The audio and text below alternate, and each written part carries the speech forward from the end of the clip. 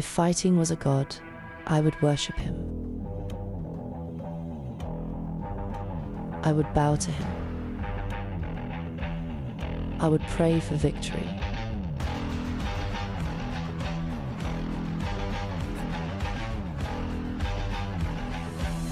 For he only grants opportunities.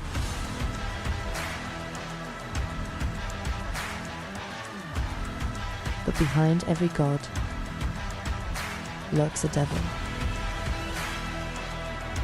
And the devil wants me to take a dive. My name is Annatomic. And this is how my legend was made.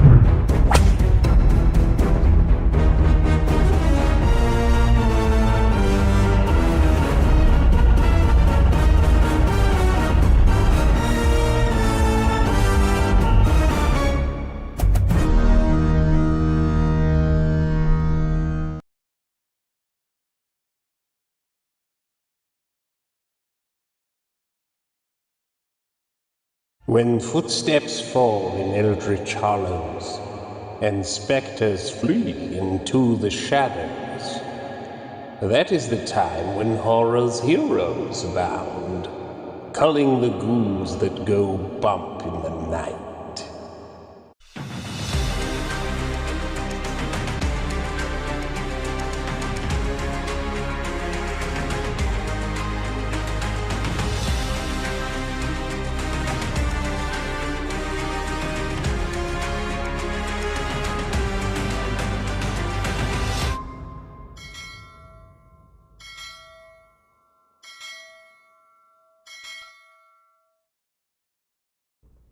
Eight bells and all is well from the heart of Lovecraft country and the birthplace of American religious liberty. My name is SHANTH ENJETI. You're watching SHANTH ENJETI Art. And I'm back, baby. I'm back. I'm back from a vacation with the missus out to the Cape to celebrate 25 years of marriage. My God, where does the time go? It was outstanding. I'll tell you more about it, but not too much, but some about it. We were out there, of course, out at Cape Cod in the aftermath of the 50th anniversary of Jaws, and so there was still a lot of Jaws-related stuff up there, although they've always got a lot of Jaws stuff out at the Cape. But it was a blast, had a great time, recharged, all that stuff. I gotta say hello to some folks in the chat. I got some channel members here. I've got Grogu in the house. Hail, Grogu. How are you doing? I have got Alpha Channel member. Alpha Channel is here. There's Grogu. We've got Mark's Music Obsession in the house, channel member and OG at this point. It is great to see you, Mark's Music Obsession. How are you doing, brother? Notice anything interesting on my desk, by the way? Thought you'd like that. The Story Collector, hello to you, my friend. I hope you're doing well. Christopher Bouchard is here. It's great to see you, Christopher. Let me see who else we've got. We've got Sir, gosh, I always have trouble with this because of the of. Sir Listero of, Sir Lister of Smeg. I think I got it. I'm really going to put some effort into this. And Simply Green, who was first out the gates. It's great to see all of you guys here. I hope you guys are doing well. I thought you'd like that, Mark. So yeah, guys, so I went out to the Cape. Believe it or not, they had this in the window of a store at the Cape. I'm not even kidding. There is this great store. What is up, Mikey Getz? How are you doing? I hope you were doing well. There is this store. Channel member Nomad David, how are you doing, man? Love seeing Springball and Nosfero in the house. Yeah, oh my God, so much cool stuff to talk about with you guys. So we went out to the Cape. There's this great store if you ever find yourself out in that area in a place called I think, what's the place called again? Shoot. I can't believe I'm blanking on it. It'll come to me. But there's, right on the Cape near Dennisport is a store called Murphy's General Store. And Murphy's General Store sells old records, movie memorabilia, lots of monster stuff, lots of dinosaur stuff, lots of really cool stuff there. And I picked up a great book that really has, was really inspiring to flip through. And some of you guys may have heard of it. And it's this book. I haven't even opened it here because they had a reader copy there. But I got this. Oh gosh, the reflection. Sorry guys. Let me take care of this for you. But I got this book. Actually, I can hold it up to the screen in a second. But it is Joe Alves Designing Jaws. And I couldn't be more excited because I'm a massive fan of Jaws. I think it's a brilliant, brilliant film. But there it is. Joe Alves Designing Jaws. Just a really cool book. It shows all of this stuff that was used, some of this stuff that wasn't used in the movie, and just incredible. And it's funny. I started out today, came back from vacation. Is this book upside down? It is. This is hilarious. Guys, just so you saw this, I just took it out of the plastic wrap. Actually, I'll do it here. Here's the book. When I went to open it, it's upside down in the slipcover. Everybody's upside down. So I'm going to have to flip that thing over. But it was really cool to be out there. I started this morning with a couple of things. I started watching or listening to, while I worked, two movie audio commentaries back to back. They were The Witch by Robert Eggers and Nosferatu by Robert Eggers. And what was so fun about it is that Robert Eggers gets into a lot of the details and the minutia of being an artist. Like, we did this lens, we used this to light this scene, we opened up this, the camera to this, aperture. I mean, he's just really great. Yeah, it's cool. It's an Jaws art book, 100%. There's the man, Lord Hinson, Comics Gator. What is up, brother? How are you doing, channel member? It is great to see you. Yes, it collects all of the work that went into the Mac, says Lord Hinson, Comics Gator, as we do round our way.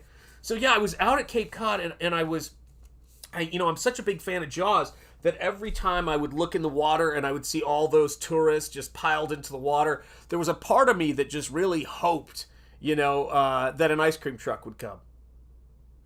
They were splashing around in the water, all this attention, all this distraction, and I thought to myself, did I put on sunscreen? That kind of thing. But it was great to see, to be in these locations that when I was growing up in Tennessee, I don't think I went to the beach in America until, or anywhere really. But people are always shocked because I grew up in Tennessee. They're like, how come you haven't been well, that's not true actually, come to think of it. We did go on a research field trip to the beach in North Carolina to a place called Jekyll Island or Jekyll Isle, I forget what it's called. And I did have my first encounter with sand spurs, but I never had been to a beach for vacations because it was just, I was landlocked and we kind of ran around there, and then we would go overseas to see family in Austria and things like that, and family in India. So when we took vacations, it was either to Disney World, which is landlocked more or less, and for some reason we just never made our way out there. But when I was out there at the Cape and I was watching all this stuff, what's up, Mikey? You come off more as an East Coaster than a Southerner. I know. I blend in actually pretty well here, but we were talking about this when we were on vacation. So before we went... Oh, Rocky. I have so many things about that, man. Yeah, there were definitely some people who were like, put a shirt on! But it was rough. It was a rough time. Hail Rocky says, Mark's Music Obsession. Yeah, so we actually watched our wedding video from 2000. My God. Not only the video quality, but we both were shocked to hear our Southern accents in it. Just little more than what you know now. We never really noticed it back in the day. But yeah, I'm a total Southerner in terms of, so many of the things I do and the way that I go about things. It's kind of surprising. I mean, certain parts of New England, it's a different kind of vibe. But, and I think it's taken me a while to get into it. The idea of going, yeah, that's right, wedding video from a nice place. Yes, indeed. From the Panhandle, as you well know, my friend. From the Panhandle, your stomping ground, as you well know. And guess who's in that wedding video? The groomsman himself, Rocky Ballesteros, is in that video, man. And so, yeah, so we were watching that, and I was out there, and I think that was part of it, which is I knew a ton of people who went to the beach. Tons. Because, again, you just drive down to Florida from Tennessee. But for some reason, it just wasn't a thing that we did as a family until I met my wife and started going down to the Panhandle with her family. And of course, now I can't imagine my life without it. But what was crazy is, for some reason, this trip, and maybe it's a lot of Jaws nostalgia and that kind of thing, it really hit me that I'm in the location where they filmed that movie. Yep, epic Truman Show wedding. Yeah, for those of you guys who don't know, the Truman Show was filmed where in the little town development area where my wife had a house when she was a kid, or her parents had a house, and so the night before our wedding, I stayed in with me and my crew. We stayed in the Truman Show house. So the house he walks out of every morning was actually there. They picked that location because it was like a film set. Yep, about 30 minutes from me to the east. Yeah, one of my wife's favorite restaurants. You may even know this because it's, you're probably there. What am I saying? Have you ever eaten at Captain Dave's, Mark's Music Obsession? Have you ever been there right by the coast in Destin? Delicious. Delicious. Yeah, we could have crossed paths. Yeah, my wife actually spent some time visiting Chattanooga too, for that matter. So yeah, so anyway, let me tip the camera here so you guys can see the madness of stuff that I'm doing. But I got to a point, see if I can get this right here. I got to a point where I was working on some stuff for SPRINGBALL, and I was working away and I was doing, various things, and I just felt like I wanted to draw and have some stuff where I could just draw a panel or so and get the layout how I wanted it in digital. And I just started kind of sketching into the paper because I thought it would be fun. Plus, it's tough to go back and forth from the screen and then go back to, traditional and then back and forth. It's been kind of nuts. So in addition to that, one of the things, oh no, I did not. Sorry, buddy. I have not ditched it. Yep. Oh, love the back porch in Destin as well. Very good. Yeah, man, there's some great food out there. I haven't been in so long. Back when we were going, it was not nearly as built up as it is now, but it's I mean, the beach and the ocean is beautiful there. Yeah, I'm still using the iPad, brother. I'm sorry. Nothing like Sean's traditional comics. Thank you, Rocky. From your lips to God's ears, man. And so here is something I've been working on for Nosfero. So to get Nosfero, the Oxidized Edition, ready for print, I realized I wanted to have some more of the stuff mapped out in art so I could share it with people, share some of the characters that are going to be in here. So this is a piece that I did just to kind of, bring a few things together. It wasn't as developed as this, but I really wanted to bring it together. So this is one of the things you're going to get a sneak peek of in the Oxidized Edition of Nosfero. I'm going to be closing that down soon. It's just been so crazy lately. So many different things happening. So for those of you guys who have never gotten a really good look at this character, this is my Golem character from Nosfero Death Will Die, which is going to be the next book in the Nosfero. I don't want to say, I mean, it is a series of occurrences, but the way I'm approaching it, I kind of want to think of it like pulp. So it's not so much issue 2 as it is book 2. Like, it's not building towards one particular thing. There are characters that will come in and out of the back room, or the background of this whole thing. And that's what I kind of want to do. Thank you, man. Yeah, so the idea of this character, Mikey, was to do Der Golem from the silent movie, The Golem, and cross it with, like, Frazetta's Death Dealer, and then try to make a heroic character that is Lovecraftian, having all of this kind of crazy detail and all of this crazy story. Simply Green, almost a manga type thing. More show characters with weapons, equipment, descriptions, flavor text as extra page. Yeah, I'm absolutely doing that kind of stuff. So here's a look at one of the characters you guys have started to get to know, but also their environment. So here's another bonus page that's going to be in, and you can see my handwriting. I take notes and paint at the same time. I think I said that in the Warlock interview that I did, which still seems like a wild, like a wild fever dream, because it went from just like a fun little illustration to an actual thing. So it's a lot. It's wild. But yeah, so this right here, there is, the Marquis de Dregula. Right there, there are the Dregel hags, and they're making some kind of what's it called, diabolical broth there, or goulash, if you will.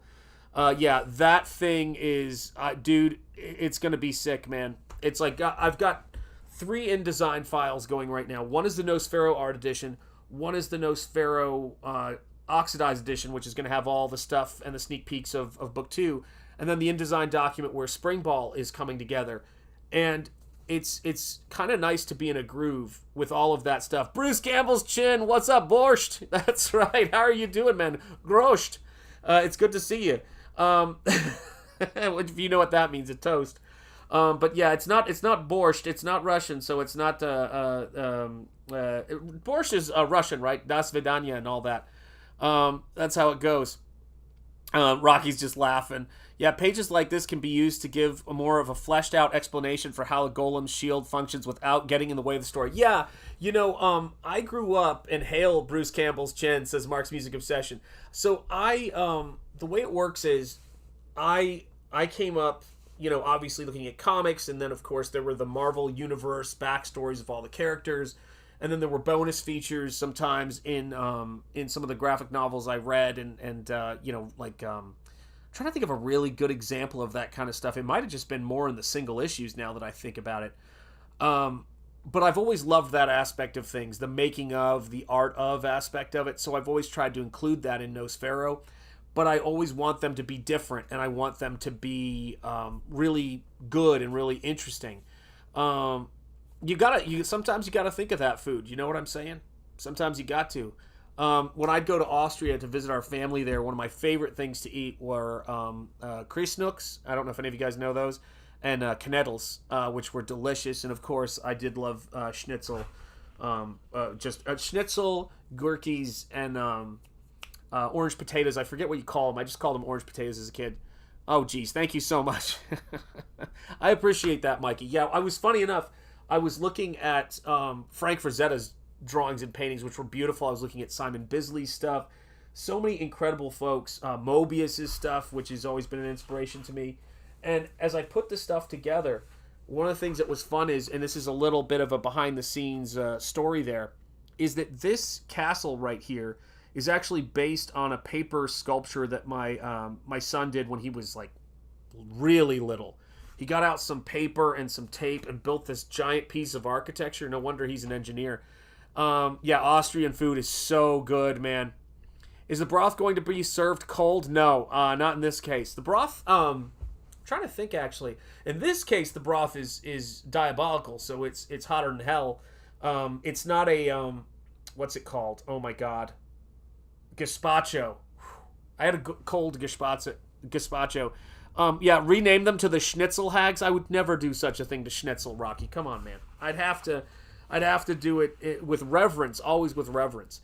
But you know, people want to see sometimes when you guys are funding these books. And we're, doing all of the work, there's so much stuff involved that goes into it, and there's so many different things that we're doing. Where the heck did I put that book? I know it's in here somewhere. But there's so many things that go into it that you really want to make sure that people get a full experience. And as you guys know, those of you guys who have the first printing of the book, there's a lot of, I don't want to spoil it, so I have to be careful with the last couple pages. Okay, not there. There we go. Just make sure we don't have it. But there's always a lot of bonus material in the books where I go into the process of, creating the world, creating the character, my thoughts behind it, the materials I use, things that you kind of get glimpses of in the book. That this character is always going to be the big baddie kind of lurking in the background in Nosfero. Just like in SPRINGBALL, there's going to be kind of a big Lovecraftian baddie who's hanging out in the background. I don't even know if SPRINGBALL's ever going to see him, but you got to know he's there for certain aspects of the story. But here you go. This is these are the bonus features that were in book 1, where you guys can see the kind of down and dirty sketch work that I do. And, it's almost art of its, unto itself. It's just, oh man, Mark. Sorry, I just saw this. This is awesome. Mark's Music Obsession. Sean just got my copy of the Basil Gogos art book. Amazing. Thanks for the heads up. Brother, let me tell you something, man. Let me see if I can find, actually, I just realized I don't have something on that I should have had on. My bad. Hang on a second, guys. Get my remote going. Hear my little TV powering on. And this house is, my God, my studio is Rock, you will be shocked. Please take a moment and hit the like and subscribe. Thank you, Past Master Dan. It's great to see you. So glad you got the painting, man. Suppose theoretically Lovecraftian Big Bad could exist in both SPRINGBALL and Nosfero. Yeah, they're so separate. But it's essential to, and hail, John, good to see you, man. It's essential to the aspect of it being a truly New England story. So there's that, and frankly, in the sense that they're there in Evil Dead too. So that's the stuff that's fun. Yeah, the 2 art books are so cool. So when we were on our 25th anniversary, I was talking to Mrs. Enjetti about what a crazy couple of years it's been. 5 insane years. For a million reasons, including Nosfero and Comicsgate, and then going back before that 7 or 8 years to crowdfunding books. And the thing that got me about it was, I said, I just don't think I was ever as proud as anything as I was of those first 2 art books in Nosfero, and that stuff continues, and it's a relief to finally be doing some stuff I'm proud of. But if you look over here, Mark, not only is there a Basil Gogos Wolfman painting from 2010 over there, but I've also got the Basil Gogos book over here, because I've been trying to get myself, after doing that video where we talked about all that stuff, I've been trying to channel a little bit more Basil Gogos into my work. So, you guys know this, that when you're making books, you want it to be something that goes on people's bookshelf and something that they get excited to look after. That's how I am with books. I've got all my Comicsgate books and all my art books and all my regular books, every kind of book you can imagine, art of books, all over there. Yeah, I love that painting. That painting is actually from, Mikey, my first art book, which is Autonomous Treks. And the reason why I named the book Autonomous Treks was because I'd been working in academia for I don't know how long, and I felt so completely hamstrung by the bureaucratic administrative mentality that has just infected colleges and education across the country, and that hopefully we're doing something about at the moment. And the thing that that I wanted to do was I had built this audience on Instagram, being obviously most of the concept artwork I do I don't really share. I was a full-time teacher, and some of that stuff was NDA. So I just started making artwork for myself, and it just took off on Instagram back in a time when you could do that before it was bought by Facebook. And it was, hey, what's up, channel member Robble13? Hail, what is up? How are you doing, man? But it was so it literally was about taking an autonomous journey away from all of that stuff and funding a book. And then Rigor More Treks was just a play on, there's going to be more Treks. And then, of course, making and that was my more horror-themed second art book, which is way more rare. So those of you guys like Mark who've got the Crypt Walker treasure trove on the Nosfero campaign, you guys have the last copies of that book. That's it. It's done after this. The only copies we have are our reader copies, but that's it. That's all there is. So Nosfero is sort of the culmination of that. Some of the stuff that turned into the Nosfero book were in those art books, which I have no idea where the heck I have copies of them at the moment. But man, oh man, it was just crazy. Just going back to the extra pages. Sorry, my glasses just fell. Just going back to the extra pages for a sec. I'd like Ethan to do for CYBERFROG, give us a breakdown of all the different abilities and weapons he can form so far. You know what's funny is I wonder if Eric's done anything like that, because Eric is always working on things like that. Yes, indeed. Hello, fellow remote viewers. Amen, amen. Man, that's crazy. I was just watching Art Bell the other night, or listening to Art Bell, not watching Art Bell. I wish I could. Oh, if I could. But, and yeah, I was thinking about remote viewing and all of that craziness. My reader copy of Nosfero has seen some traffic. Absolutely, and that's what I loved about it, Mark. You had to have it, right? I mean, come on. How could I not get you that copy, man?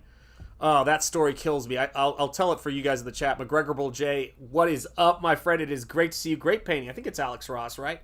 Great Alex Ross piece right there. So, Mark basically came to my channel when I had just closed the Nosfero campaign. And Mark, it's gonna happen again.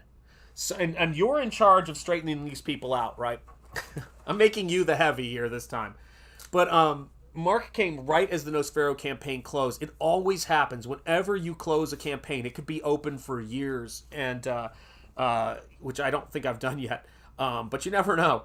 But it could be open for years. And then somebody will, you close it and someone will go, oh man, I didn't know about this. Can I still get it? And you're thinking, oh my gosh, how is it possible?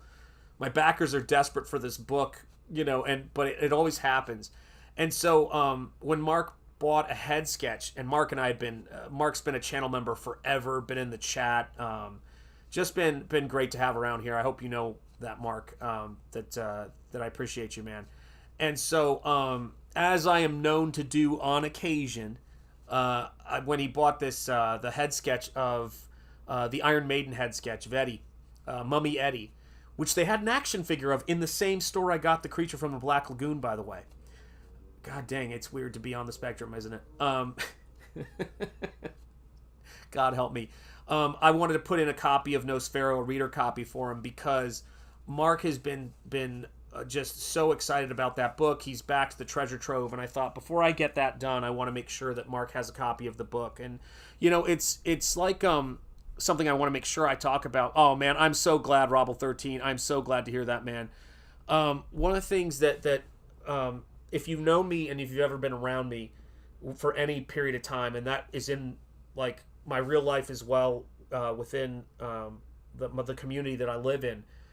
I've something that I've done for somebody. Someone I've done something for, just as a random act of kindness, because I've benefited from so much of that in my life, like life-saving random acts of kindness sometimes. That it's something that's really important to me, so I always try to do it. And so whenever I'm, I see people, like whether it's doing, seeing Mark's enthusiasm for Nosfero, or closing tomorrow, I believe, PIGMAN by Bosch and doing the trailer for that. That was the thing that was just a fun part of it. Mike Wood is here. Let me see. Hey, Sean, first time here. Saw your work. Oh, my gosh. Wow. That's great to hear, Mike Wood. Hey, Sean, first time here. Saw your work on Ballers and got Nosfero and SPRINGBALL. Oh, my gosh. The art looks beautiful. Congratulations and best wishes to you and your family. Thank you so much, Mike Wood. I really appreciate that. We've had a lot of time to talk about it because my wife and I just celebrated our 25th anniversary. And we just got back from that trip. And it's been 25 years of this little family, and I'm so grateful that you guys are here, and so grateful that you guys get the chance to hear Mrs. Enjetti say hi, Comicsgate, and hello to all of you guys. Always puts a smile on my face. I've got my Nosfero right next to me with all the creepy archives, which reminds me, oh man, where the heck is it? Shoot. You guys, whenever we get talking, I'm always thinking of something, man. You always get me thinking about something. I'm like, oh, I should show this. Hang on a second. Let me see if I can find it. I don't know if I will be able to. But you just check out the chair and the mess, Rocky. Rocky will enjoy that.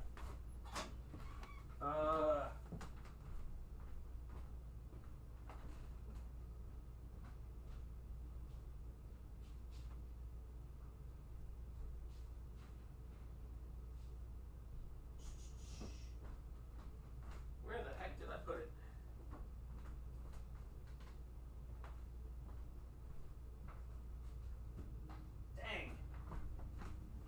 I don't know where the heck I put it. Sorry, guys.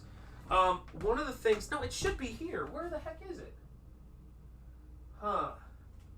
It's not there. It's not there. Man, I have every other thing but that here. Where the heck did it go? Sorry, guys. I don't know why I can't... let me see. It might be here. Sorry. Oh! Don't want to knock into the camera. So in addition to the Jaws book... Dang it. Where the heck did I put it? I got this... Witches and Warlocks of Massachusetts. No, Nosfero has not shipped yet. Robble13, not yet. I'm getting ready to print it, but yes. So it's but these are the bonus features I was actually just showing for the oxidized edition. So for the second printing, you're going to get a special look at book 2. But I got this book, and then I got another book, and it's got to be here. Because where the heck else? Oh, there it is. Awesome. All right, guys. Ready? You want to see something so cool, and this got me thinking about this because Simply Green or McGregor said he's got it right next to his creepy archives. So as you guys know, anybody in the horror space is a big fan of, at least as far as my experience has been, of Bernie Wrightson. And while this isn't his artwork on the cover, they had this for sale in the store too. Stephen King's Creep Show, a George Romero film. Art by Bernie Wrightson, cover by Jack Kamen. And look at this, man. Look at this, man. What a legend, man. Bernie Wrightson. Come on now, but look at this spot varnish on it. So the text doesn't have varnish on it. This artwork doesn't, but certain other parts of it do. And then look at this. Same thing. Spot varnish and then matte right there. Isn't that cool? I saw this, and here's the crazy part, right? Saw this, and maybe it's bigger. I don't know. Nope, it's the exact same size. So they printed this exact same size. Oh my gosh, I would love to see that. That would be so much fun, Simply Green. And so yeah, I saw this, and I just flipped out. And it's it's just such a great reminder of what I want to do with Nosfero. Oh man, I have a Bernie signed Swamp Thing. Dang, man. Yeah, his work on Swamp Thing. Len Wein, who I had the chance to work with on the Flash Gordon 75th anniversary. It's been a time of anniversaries, for heaven's sake. Len was... I didn't have a ton of interaction with him. He wrote the script for the short story I did. And but Len was so nice and such a kind guy. And then I got to meet him at New York Comic Con when I was signing copies of the Flash Gordon 75th anniversary comic collection. So huge fan of Len Wein, both as a guy, God rest him, and as just an amazing. I mean, where would we be? How many things did Len Wein bring to life as a writer? What a guy. But yeah, seeing this in the store, it was almost like I walked into a store, which is what I want to do in the studio space. That was like, what's up, Mighty Geek Studios? How are you doing? This is why I miss EC Comics. Don't we all, man? Those Wally Wood EC Comics, the art edition, it's big enough to where you could roof a house with it, so I don't take it out very often. But it is just, I mean, that artwork is sick, man. So sick, yeah. Flash, you have to do it every time. Yeah, you have to. You have to. It's so great to see everyone's excited to see you, Mighty Geek Studios. We missed you, man. We missed you. But yeah, I mean, this is the kind of stuff where when someone says to me, so why are you reformatting Springball to be 8.5 by 11? Back in 5 or less. Awesome, Mark. We'll be waiting for you, brother. I only have Shane, Ethan, and Bosch's signature so far. Springball will get me, Shanth. Absolutely right, it will. I like when they don't charge for signed copies. Yeah, all of my first printings are signed. So the oxidized edition isn't signed, but it has a special page on it. But the art edition of Nosfero is signed. So if you buy that, because that's a first printing, probably an only printing of the art edition. No text, just the paintings. So it's basically my third art book in a way. But when people ask me, they go, so why do you want to do Springball at 8.5 by 11? For me, it's the horror size. It's the size that these kinds of horror magazines, it's Famous Monsters of Filmland, it's all of the stuff that says monsters to me, that those Hammer Horror magazine collections that have the Hammer Horror comic adaptations in them. Love them so much. What is up, Cranberry Langers? How are you doing, my brother and channel member? It's great to see you, man. Oh my God. Speaking of, man, everybody's coming home. Let me see here. Past Master Dan saying hey to Cranberry Langers. Let me see here. Mighty Geek Studios. My mouth was trying to read faster than my brain there. Diverse stories and realism were EC identifiers. Yeah.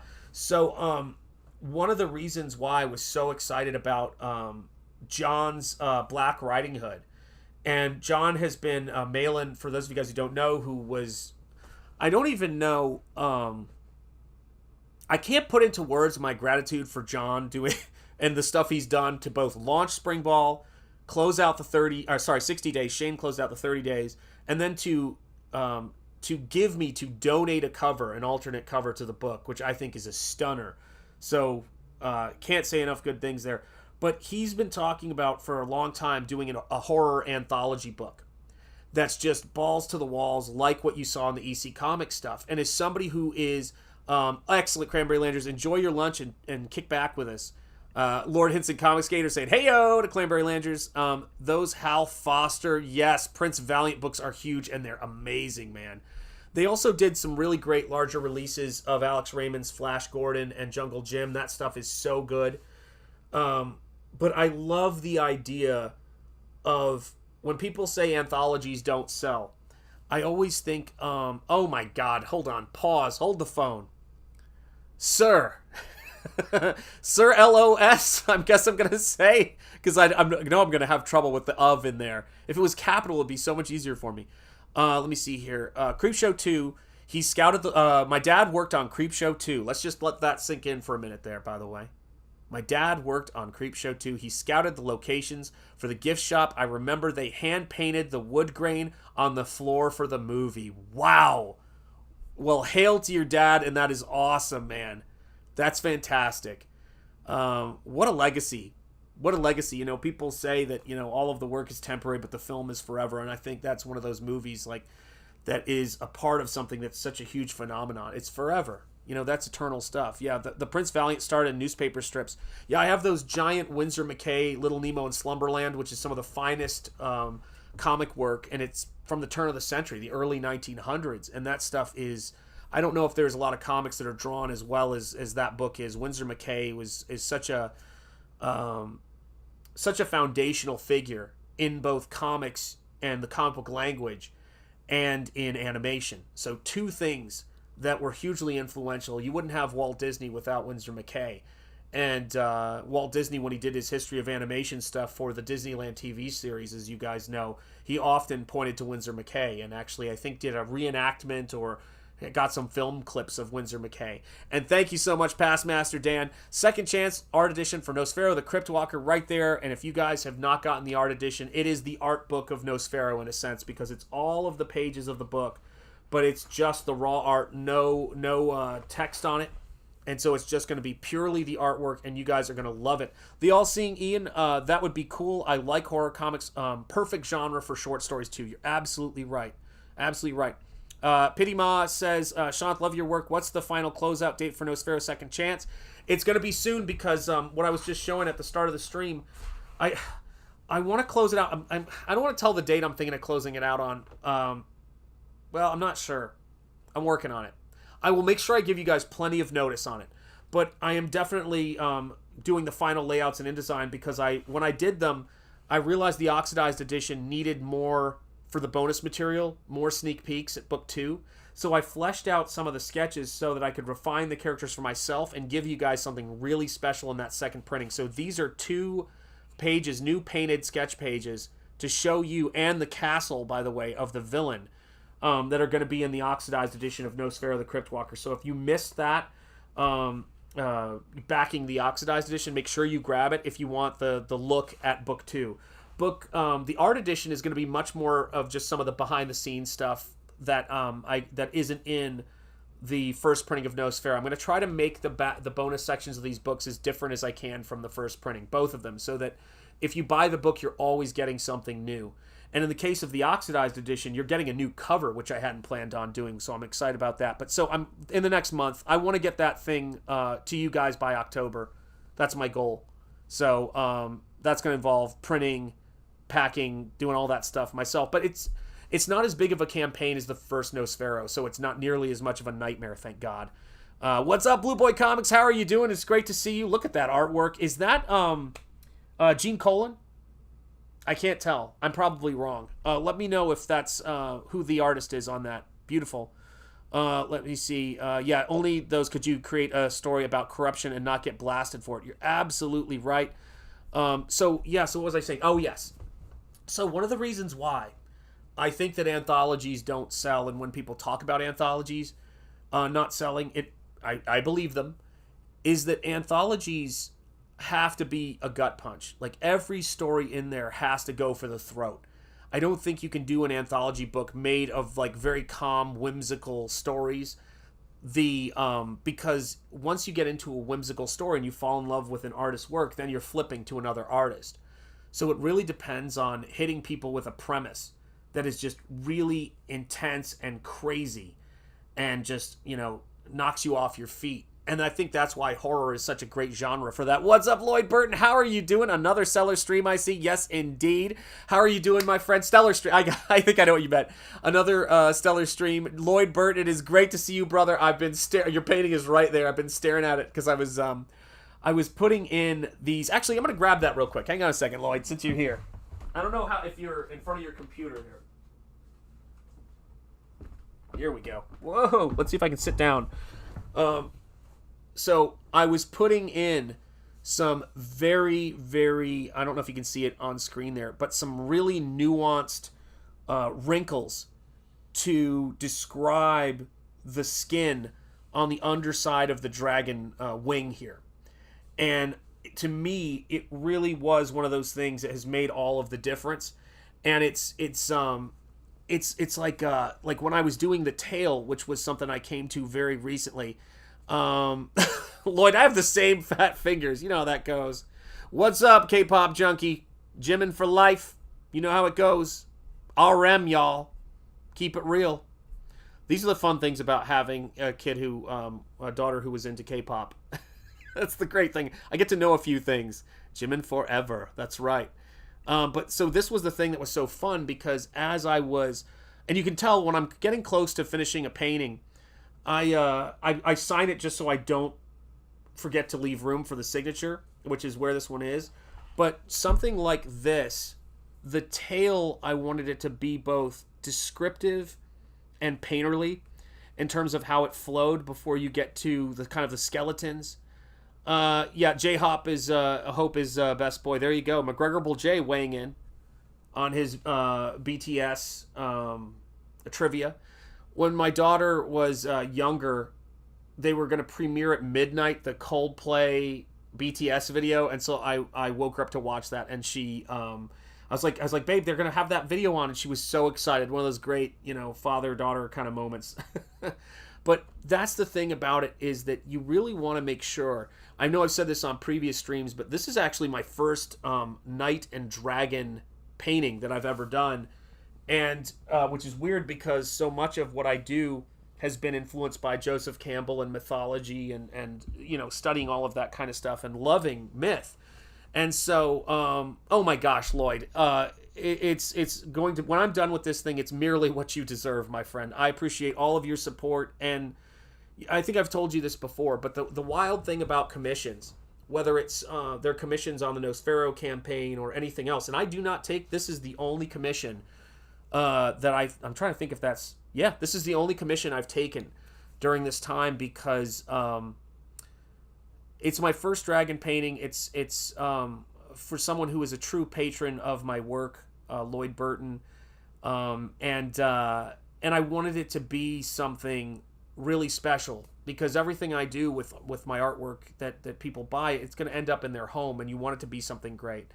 Oh my gosh, man, yeah, I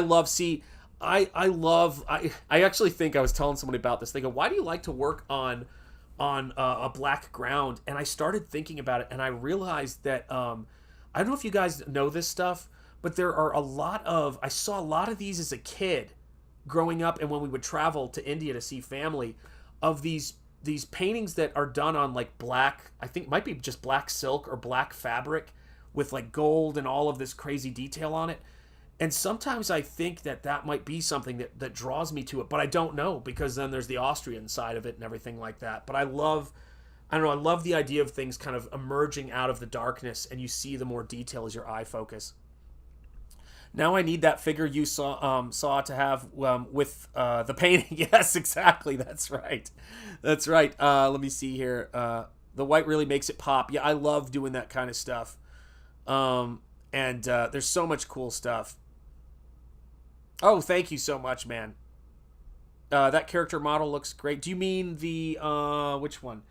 This one right here, or this one? But either way, thank you. I always appreciate it. And hello, chat, says Lloyd Burton, my man. Yeah, it's doing those kinds of paintings. Everything I do, because I started my career in comics, and it was incredible. I mean, God, I know I'm going to say this for the 1,000th time. I started my career in comics when I was 17 years old, and of all the things, Andy Smith, who just launched his LILINETH campaign, did a cover on the book. That book ended up in a BP gas station, I think it was, and a young Shane Davis bought that book at a BP gas station. The amount of bizarre overlapping, and you guys know the Dan Lawless story, you know all this stuff, is so bizarre, and it absolutely feels like being helped by hidden hands.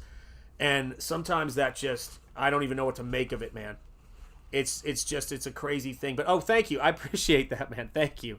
Yes, the Golem. Oh, I'm so glad, because people are curious about to see these characters, and I realize that it is a fun thing to have in bonus sections of books. So before you guys even get a hold of, and before I even do Death Will Die, you guys will have a pretty good sense of where it is as of right now. Things change, but these characters I feel very locked in with. What's up, Blackjack? How are you doing? And hail CG indeed. It's good to see you. They look gorgeous, Rocky. What are we talking about? What's Rock up to?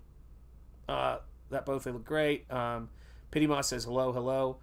Let me see. Where did I miss it? God's hand is everything. Yes, God's hand is in everything. The amount of conversations we've had about that. Krabby Patty, it's all Cecil's master plan. He's been at it for decades.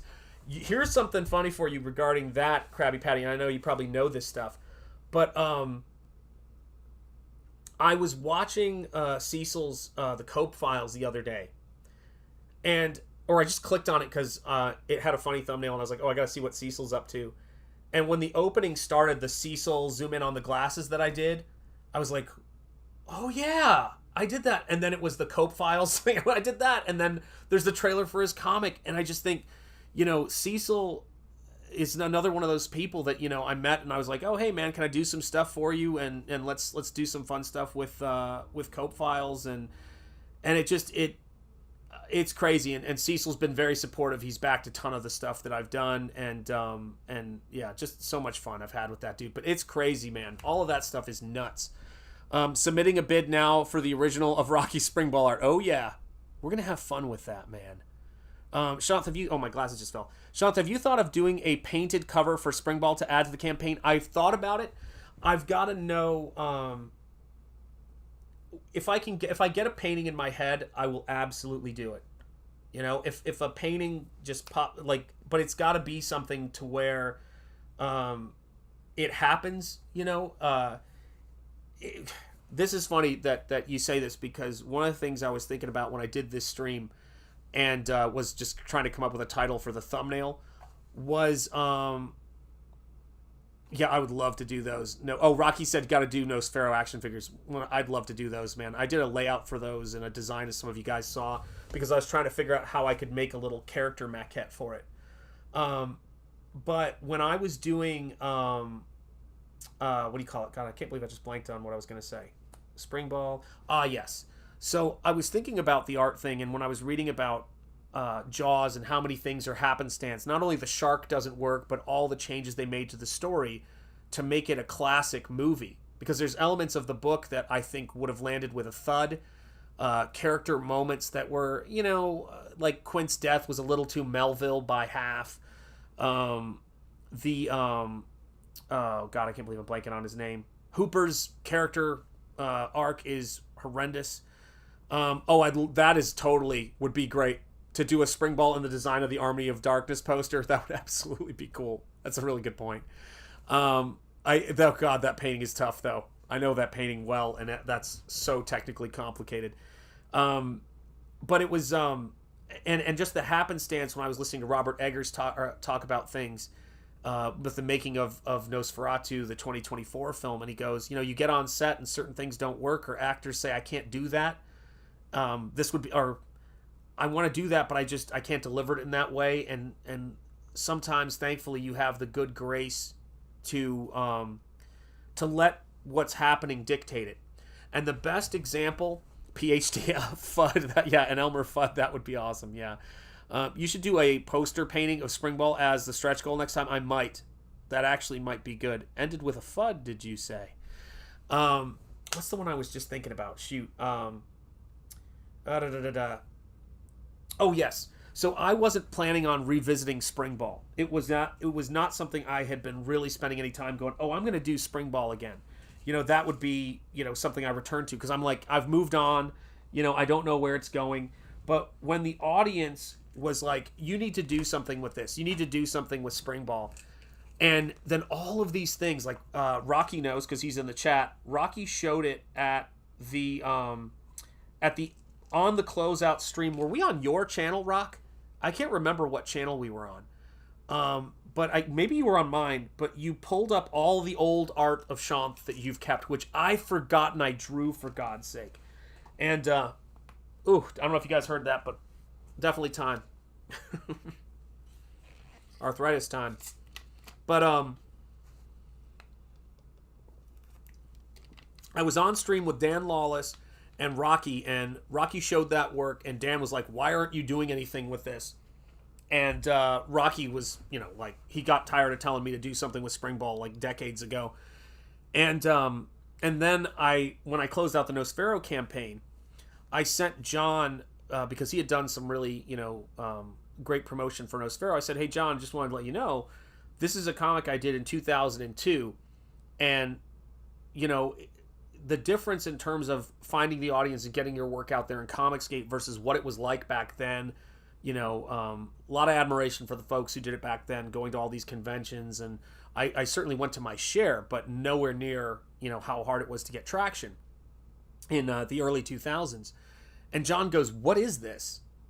like, you got to do something with this. And that's the stuff that, yeah, Rocky is an instigator. Everybody knows that.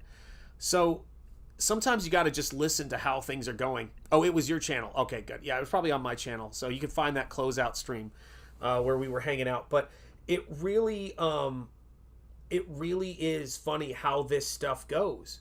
You know, that sometimes you just have to keep yourself open to the possibilities of you know, coach is going to coach. Absolutely right, John.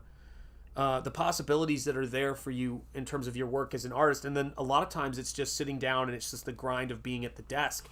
You know, so when I was working on this panel on SPRINGBALL, I thought, well, I feel like, you know, I want to try to draw it traditionally. Like, I keep thinking about drawing it in traditional, which I don't usually have because I usually work as a painter. When I'm working in digital, I just kind of rough things in and build it up that way. But there was something about this that I just wanted to do a pass as a drawing. So I got out my sketchbook and I just started working away at it and just went, okay, I'm going to lay out this page, even though some of these panels are probably going to just be digital in terms of they're already painted. But if there's something that happens in the drawing, I want to have it so that I can add that little bit of serendipity to you know, the process. Because the more things that you throw at something, sometimes something will happen that's unexpected. And a lot of unexpected things happen when I'm working, you know, digitally and I'm painting. But it was such an interesting thought that I had while I was working on it, and I just went, I'm going to try to do this. You know, or not an interesting thought. It was such an interesting possibility that I didn't even think of. I see Dan Lawless as the godfather of CG. That's right. That everybody should take his advice for art. Yeah, Dan's great. The Dan Lawless story is the most disturbing story of coincidence I think I've seen in Comicsgate for me. I've seen some very wild coincidences in terms of me and people in Comicsgate. Dan Lawless wins, hands down. And so when I talk about things like I want to work in traditional, I want to work in digital, the other aspect of that is that if I want to work in gouache too, I can work in gouache as well. So ink, gouache, white paper, I have so many opportunities when I'm working. Oh, I gotta make sure I don't block my own view of drawings when I'm working. Glasses up. Let me see here. So right now, what you're seeing is me inking with gouache, which I've done on a few occasions, on a few jobs. It just, whatever I feel like working in is what I kind of tend to work in. And what I like about working in gouache is I can treat it very much like, you know, ink. I wouldn't advise this if you've never worked with gouache before, by the way. But I can use it very much like ink, but then it's matte, so it scans really beautifully because it doesn't reflect anything like ink can do sometimes. So sometimes I like to just get out a brush and just do a little bit of fun detail painting with this so that I can just get these really kind of insane, let's see if I can get the hair to do what I want it to do. There we go. These insane little details. That gouache is really good for fine detail work sometimes. And you can just do all kinds of stuff with it. And so this is an example of the freedom in terms of the process that I get to have because you guys back this stuff and you guys make this stuff possible. Serial stalker behavior is a catchier. There you go. Shanth calls it coincidence. I call it serial stalker behavior. I believe you, man. I believe you when you say that. So yeah, I mean, it's what was the one that was really funny? A buddy of mine was working on a painting of Marilyn Monroe that he had been commissioned to do. My really good friend. Yeah, Comicsgate's completely amazing in that way, man. It's wild. But he was working on a commission of a Marilyn Monroe painting, but it was based on a trading card from, I don't know, the 70s maybe. So we went to the doctor, and he was walking out of the doctor, and on the ground in the rain was the exact photo of Marilyn Monroe he was using on a playing card. And I told him, I went, either that's the divine hand of God, or you're being stalked by a serial killer and he's just playing with you.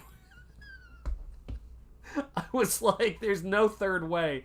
It's the creepiest coincidence. And he sent me the photo. I remember I sent it to Eric Weathers because I was talking to Eric about just the random, coincidences. When Eric was talking to me and he said, sorry guys, it's hard for me to, I want to give you guys a closer view, but it's hard for me to see with the camera in the way.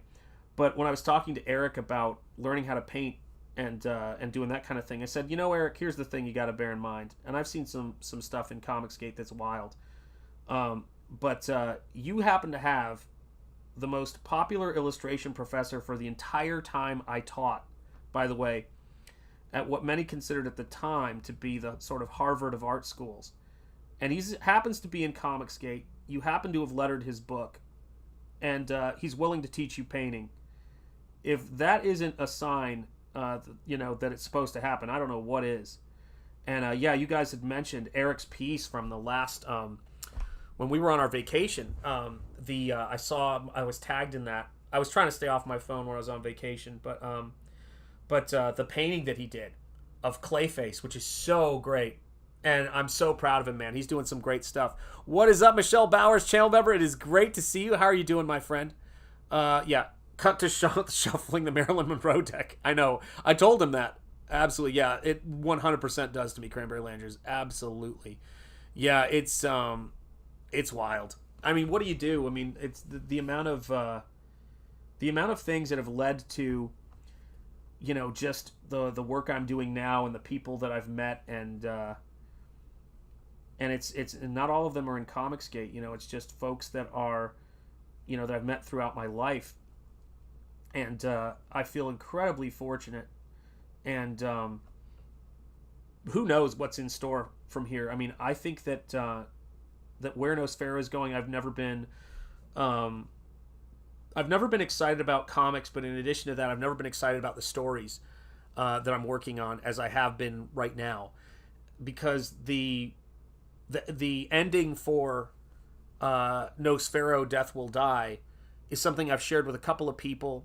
I've shared it with my brother Nick. I've shared it with Rocky. I've shared it with Eric Weathers. I'm trying to think of... I think I shared it with Shane Davis early one morning. And it is one of the most give nihilism, no quarter. Like, if good... It's good kicking ass in a sense, but if good could have... deliver a line like yippee-ki-yay, motherfucker, or something, it's that kind of line that this character delivers. And it just is like, holy shit. Like, it's just such a great it's a great view of good as being this incredibly badass force. I think that I love Bram Stoker's Dracula. It probably is my favorite book and the most influential book on what I do. It's not the one I've read the most, but it's the one that's closest to my heart in terms of what's up, Linz, how you doing? In terms of what I want to say in my work. But the heroes, which have never gotten their due in any of the adaptations, as far as I'm concerned, are incredible. And particularly Quincy Morris, his character's fate, his character's last words, his attitude. Speaking of Southerners or Westerners, Quincy Morris is basically it's the ultimate guy adventure, but Quincy Morris is the ultimate bro. He's the ultimate, like, whose car are we taking from the town? That's Quincy Morris. There's no ego. There's no anything. He's willing to give the last full measure.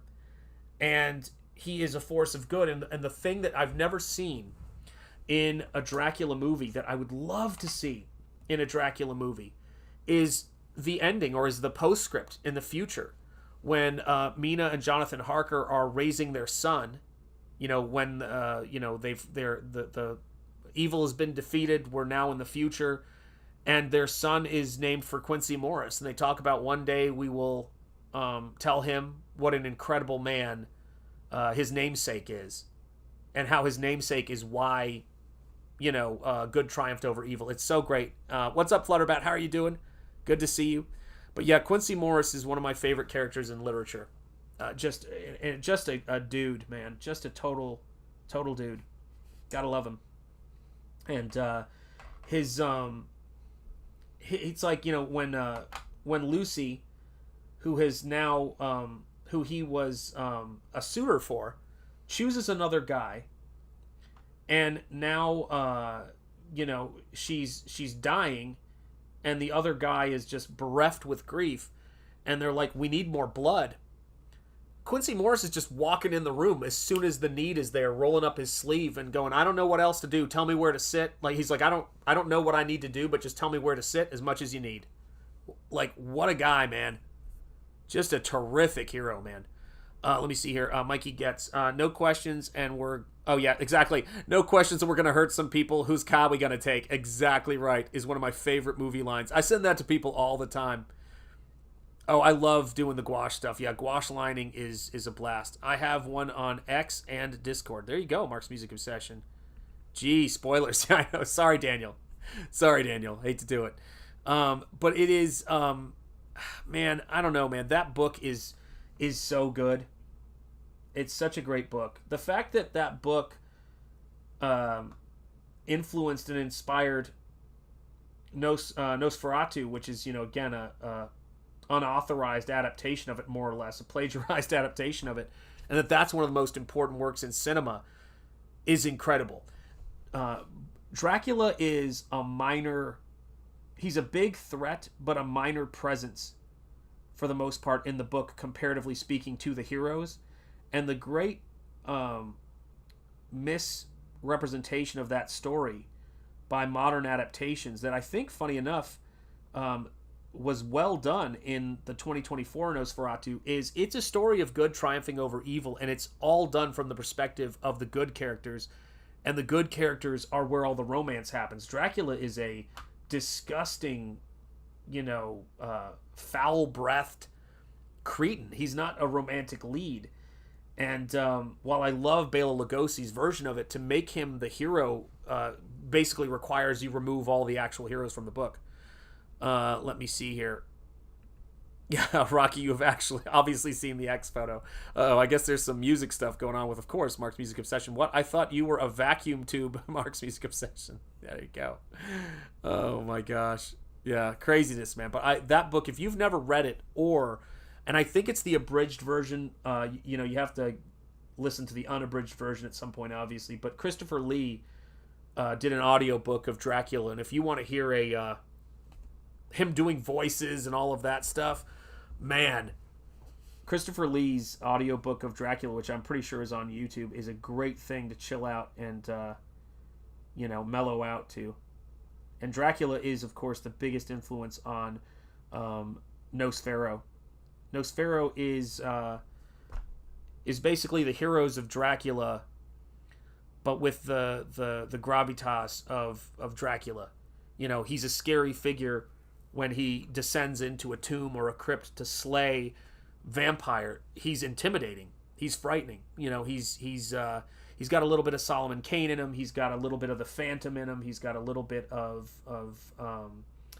trying to think of who else. Douglas Fairbanks Sr. in The Black Pirate, which, funny enough, influenced the Phantom. He's that kind of character. And that's why I like to think of the stuff I'm doing is, again, painting horror's heroes. That's what it is. I want to make some really great heroes that are as compelling as the monsters. And maybe they have a little bit of that monstrous, mystique to them, too. Man, I tell you what, this is fun, guys. I hope you guys are having fun. And if you haven't hit the like, please go ahead and do so. I appreciate it. There we go. Christopher Lee reading Jekyll and Hyde was a great to listen to. Absolutely. I forgot to even mention that one. That one is great. I love the Friedrich March, is it, version of Jekyll and Dr. Jekyll and Mr. Hyde. The makeup, the everything in that. Dang, I gotta try to turn that down. The makeup, the performance, everything he does in that, and the fact that it's a pre-code movie. What a great adaptation, man. What a great adaptation that is. I think that that horror as a genre, real horror movies, not these, you know, oh, the monsters are just misunderstood, which I think I'm not into that whole postmodernist kind of thing. It's, if it's everything, and if you're adapting something, or if you're making your own work, that's fine. But, you know, or do whatever, frankly. I'm a big advocate of freedom of creativity. But I'm just getting a little bit burned out on it, because if you make the villains the good guys aren't necessarily set up to be that powerful or that evil. Like, you could try, but there's no counterpoint to evil. Evil is, when you weaken evil and try to make it like, oh, I'm just misunderstood, like you saw Disney do with a lot of their villains and things like that, it muddies the waters and you don't get as much drama out of it. You know, you just don't. And you can write compelling villains, I think, and have them stay villains. That's something I really want to see. True, Mac, says Lord Hinson. Let me see. Him reading the ingredients to soup would be interesting indeed. 100%. Yeah, villains can't be evil anymore, and that's a shame, because they are. It's in the name, right? It's such a strange thing. I'm not into the villains are the good guys scheme. Yep, a lot of people talking about that lately. Dorian Gray counts as horror to me. Yeah, it definitely does. It definitely does. It's because they identify with the evil. Yeah, they do. And it's funny too.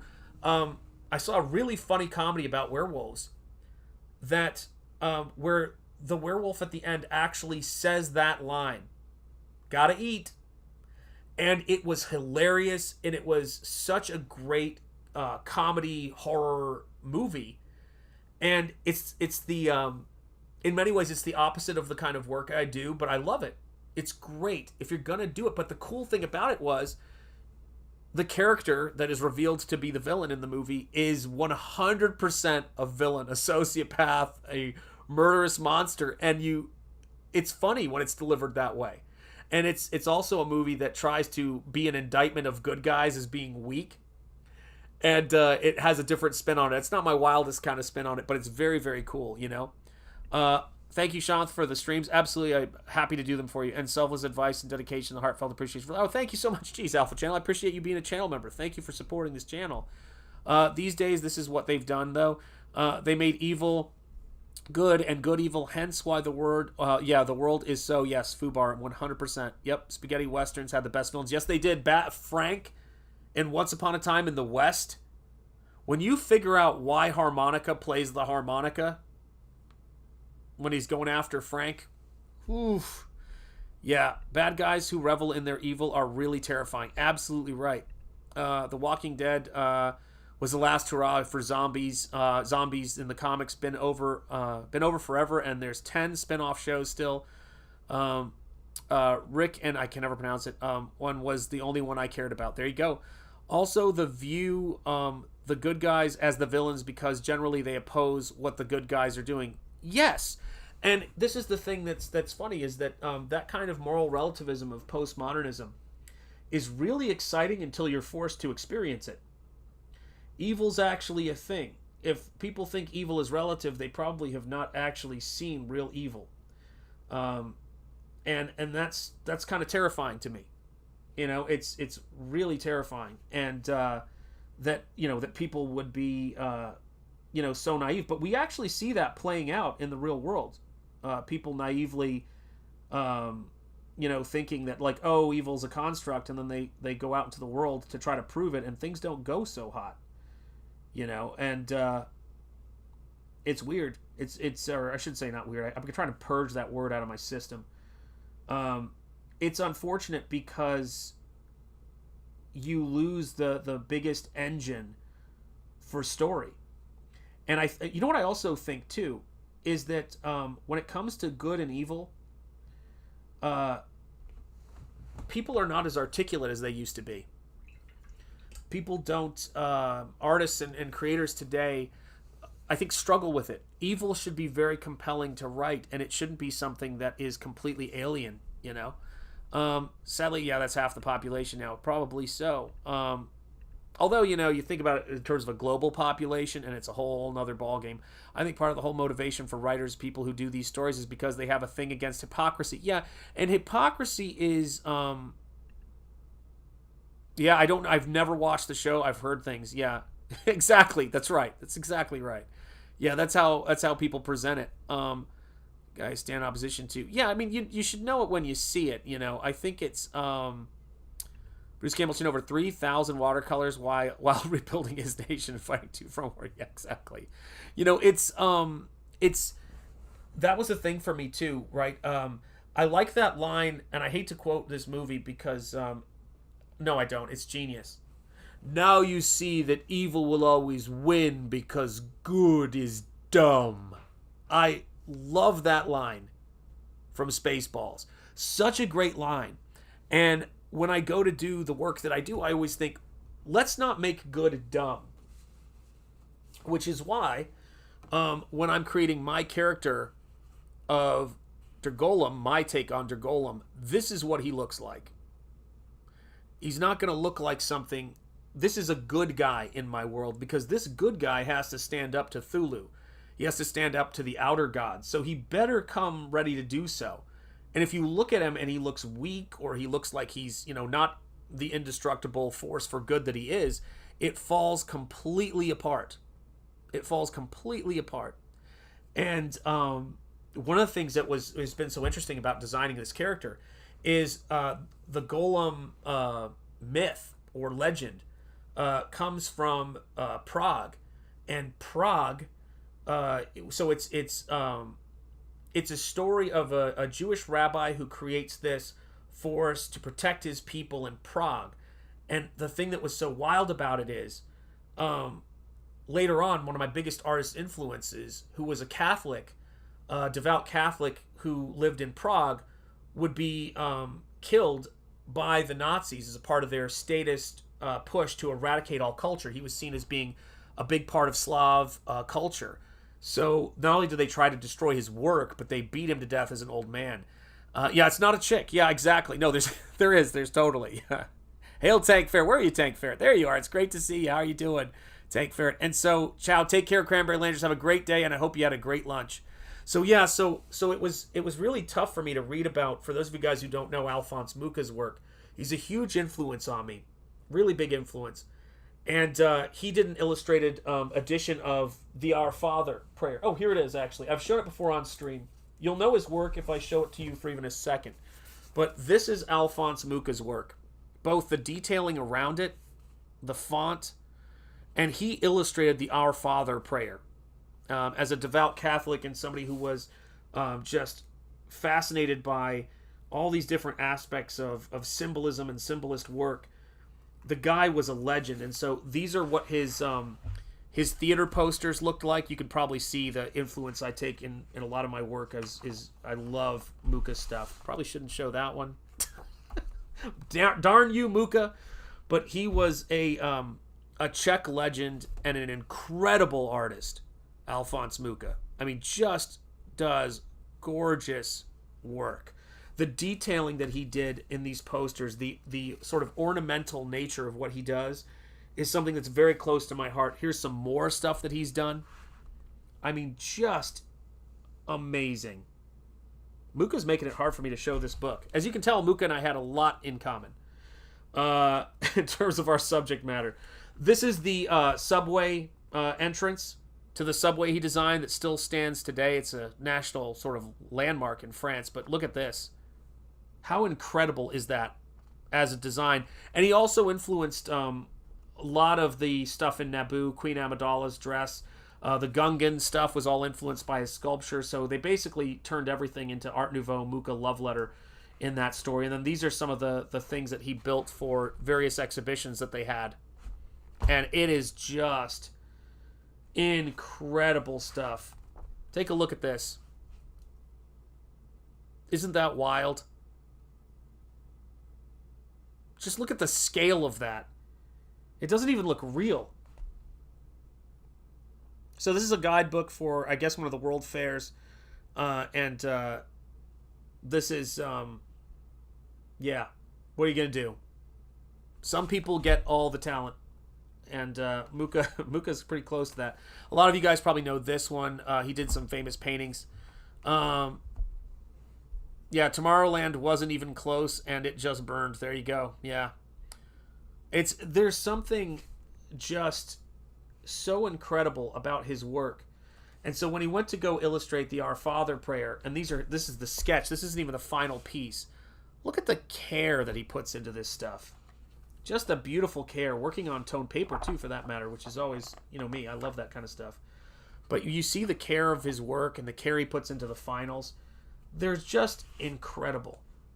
He even has, like a lot of, you see this a lot in the South when you think about the Civil War, Shiloh, which is a Hebrew word that the church was named of one of the bloodiest battles in the history of the Civil War. A lot of the Southern Christian stuff, I remember I had teachers who were Christian. They would say, quote Hebrew words like Jehovah Jireh and things like that. And so you see the use of Hebrew in here with his Art Nouveau type, and then of course these just beautiful descriptive illustrations where it goes between pattern and and then look at the calligraphic aspect of this. How good is this, man? Just craziness. But yeah, his sketches are probably worth millions and millions of dollars. He's just one of those artists that there's probably a time when you could find posters that people would pull off the walls, the posters he did for various theater plays. And I bet you there was a time when you could find those framed in antique stores. They'd be worth hundreds of thousands of dollars now. Muka is just a legend. And so when it came time for me to do my take on the Der Golem, I did I researched the myth of it, because the first book is influenced by Nosferatu, which is a German expressionist film. The second book is influenced by Der Golem, another German expressionist film. But I wanted to take it into something that was new and interesting, but I kept the having truth written in Hebrew on the forehead of the character. So that was very important to me. But then I added in the Lovecraft, and I added in a little bit of the Raiders of the Lost Ark stuff with it too. So it's going to be a pretty badass character. And when I started putting this stuff together and started doing some of the initial sketches and paintings of him in combat in this crazy outer gods, through the gate world that he does battle in. Oh, let me see if I have the sketch for that here, because that's going to be in the Oxidized edition too. Let me see. Yeah, to get a sense of the scope. Yeah, Muka is OG 100%. Muka is the man, Tomas. You're absolutely right, man. And Hale, welcome. This right here is the open gate that my golem character is keeping all of the evil other beings from coming into our world. He's been doing that since his creation. He's trapped there trying to keep the gate from being open.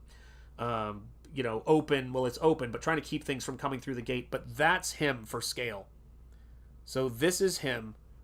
This is the entrance to our world, and these are some of the giant swirling kaiju-like masses that are attempting to go through there and get to us. And so this is this to me is the scope that I'm going for in the next book. Yeah, well, and it's made up of in many ways the ruins of the various sacred sites that have been destroyed. Been destroyed by the kind of statist push. I'm sure you guys, are aware of that, but it's kind of an incredible thing that some of these cathedrals, some of these abbeys, some of these churches that are, thousands of years old, not hundreds of years old, have survived, and it's the idea to me of having that aspect of this, that this is the entrance to our world, and this gate that's left open reveals the kind of ruins and the aftermath of battle that has that's where humanity has fallen to evil. And then when these creatures are sort of perched there, he's trying to keep them from going any further. And where it goes at the end is going to be absolutely nuts. What's up, Eric Huffles, channel member? How are you doing, brother? It's great to see you. Grey Wolf, great to see you too. Welcome, welcome, welcome. And thank you, Eric Huffles, for dropping the link to Springball Terminal Monstrosity. Guys, if you have not checked it out yet, Bosch Foston's Pigman is closing tomorrow. So if you have not backed Pigman, the link is in the description. It's a book that I did the trailer for, and just Bosch is doing some just amazing. If you like The Dark Knight, if you like Frank Miller, if you like Alex Toth, if you're a fan of that kind of stuff, that's what Bosch does. I mean, Bosch is just does some just virtuoso stuff with ink and pen and ink and storytelling. So make sure you check it out if you haven't yet. Thank you, Eric Huffles, for dropping the link to that. I really appreciate it, man. And let me do this. Let me play the trailer for Bosch's Pigman while we're sitting here, and while I bring it up. Here you go.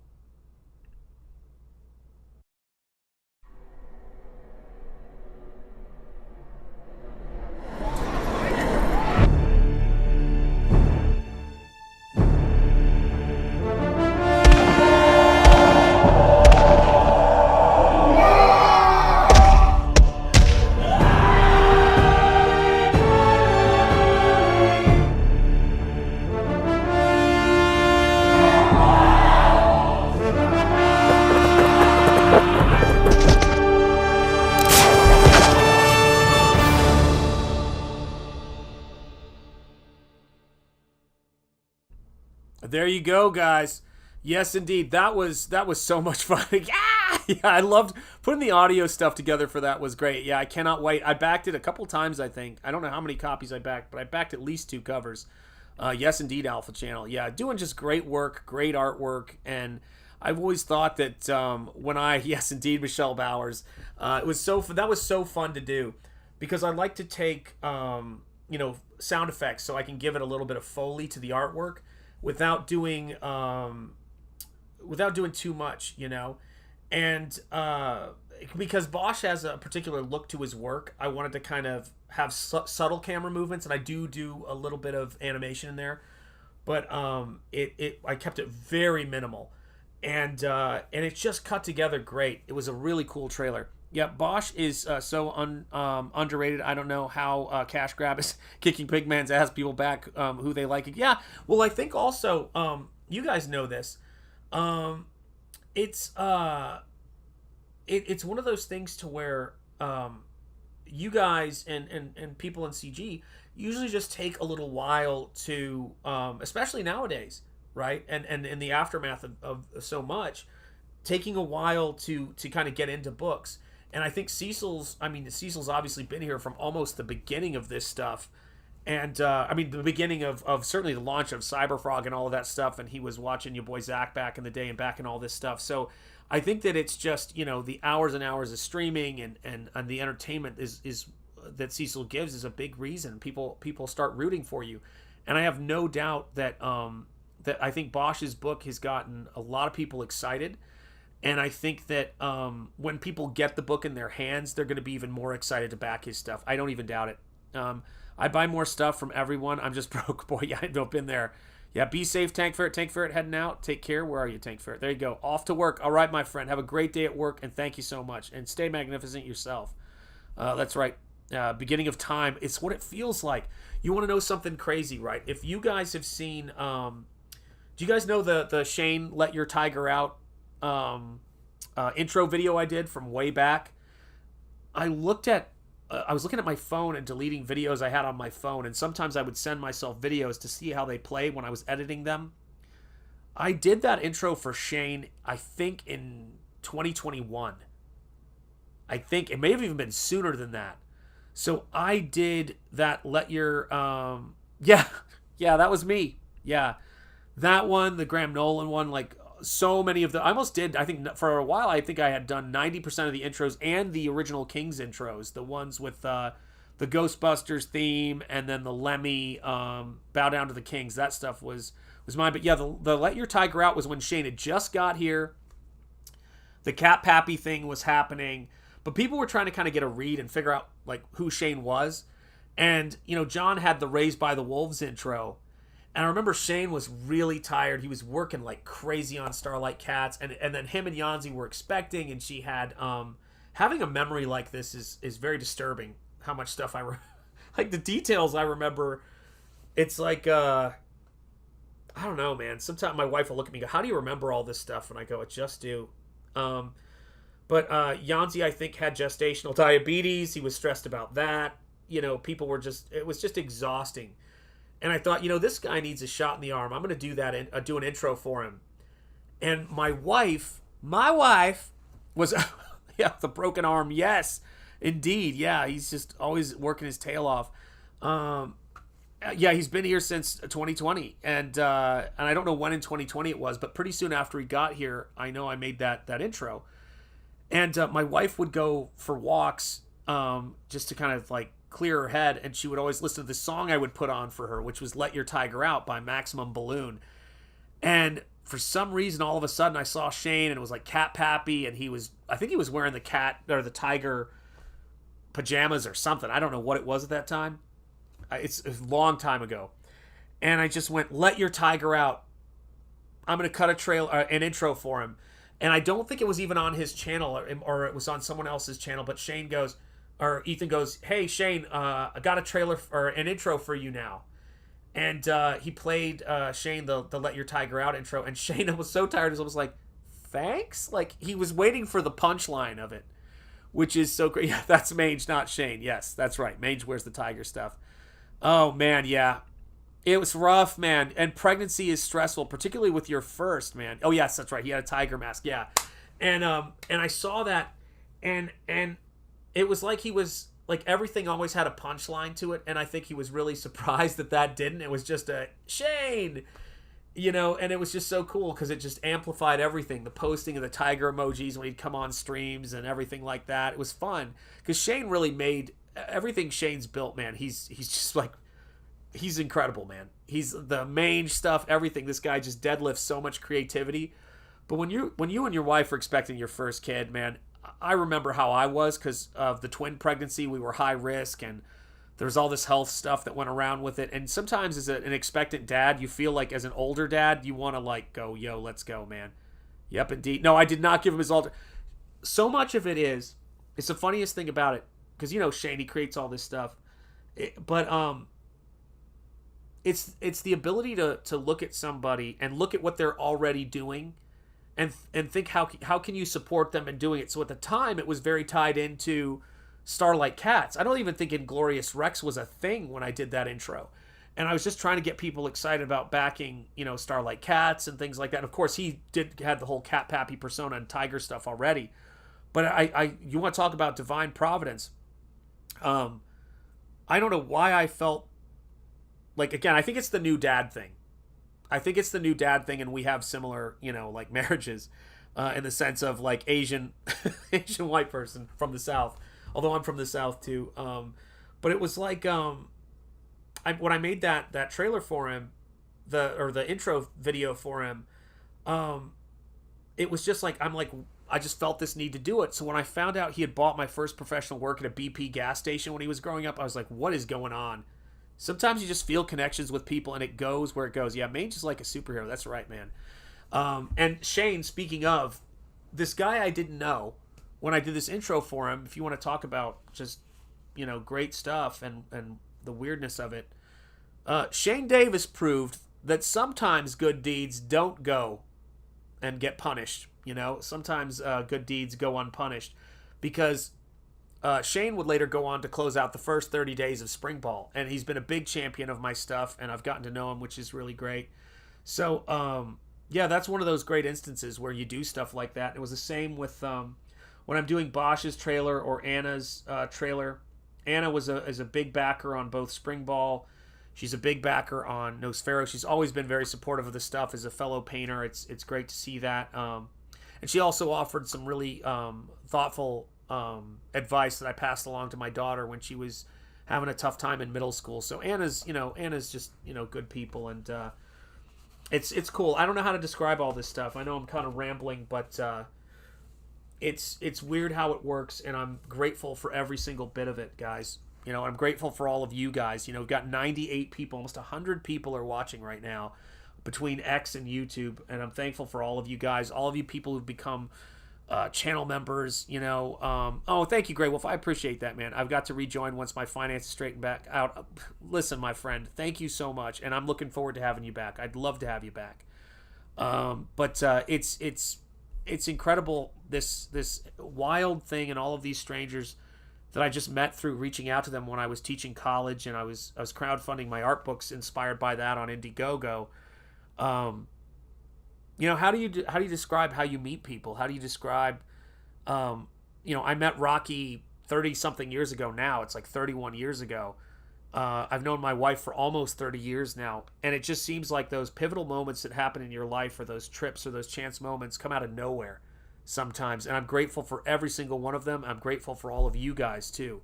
Your stream with Shane and J Bama fan for the DC KO launch was hilarious. I remember that. Yes, the all-seeing Ian. Yeah, I was doing my voice for that too. I don't usually do voices on stream. I do a ton of voices to make my wife and kids laugh. You know, like you have stuffed, like when your kids are little, yeah, you have stuffed animals come and visit them and talk to them, and you know, when we came back from Disney World one time, I had to do the Mickey Mouse phone call to say, you know, for my son, saying I love you and I miss you and I can't wait till you come back to Disney World. All that kind of stuff. So you do things like that, but I was in those guys get me laughing, and then I start doing it. What's up, Tammy? Oh, now the stream is finally complete because Tammy D's here. Yeah, the Shanu was the first CG book I backed, unless you count Tucci's Miss Fury book. Wow, that's absolutely right. That's when I first started watching Comicsgate videos. Yeah, Blackjack, for me, I was watching the Fandom Menace stuff. I had no idea Ethan was a comic book artist. I wasn't doing anything comic book related professionally. I was doing more concept design for video games and things like that, and freelance illustration work. And I, at that point, for the 1,000th time, my wife mocks it in the intro to Nosfero. I was like, I'm not going to do comics. You know, I got to take a breath because I've got to take care of these two kids of mine, and I've got to make sure, you know, I'm doing something a little bit more stable, like teaching, right?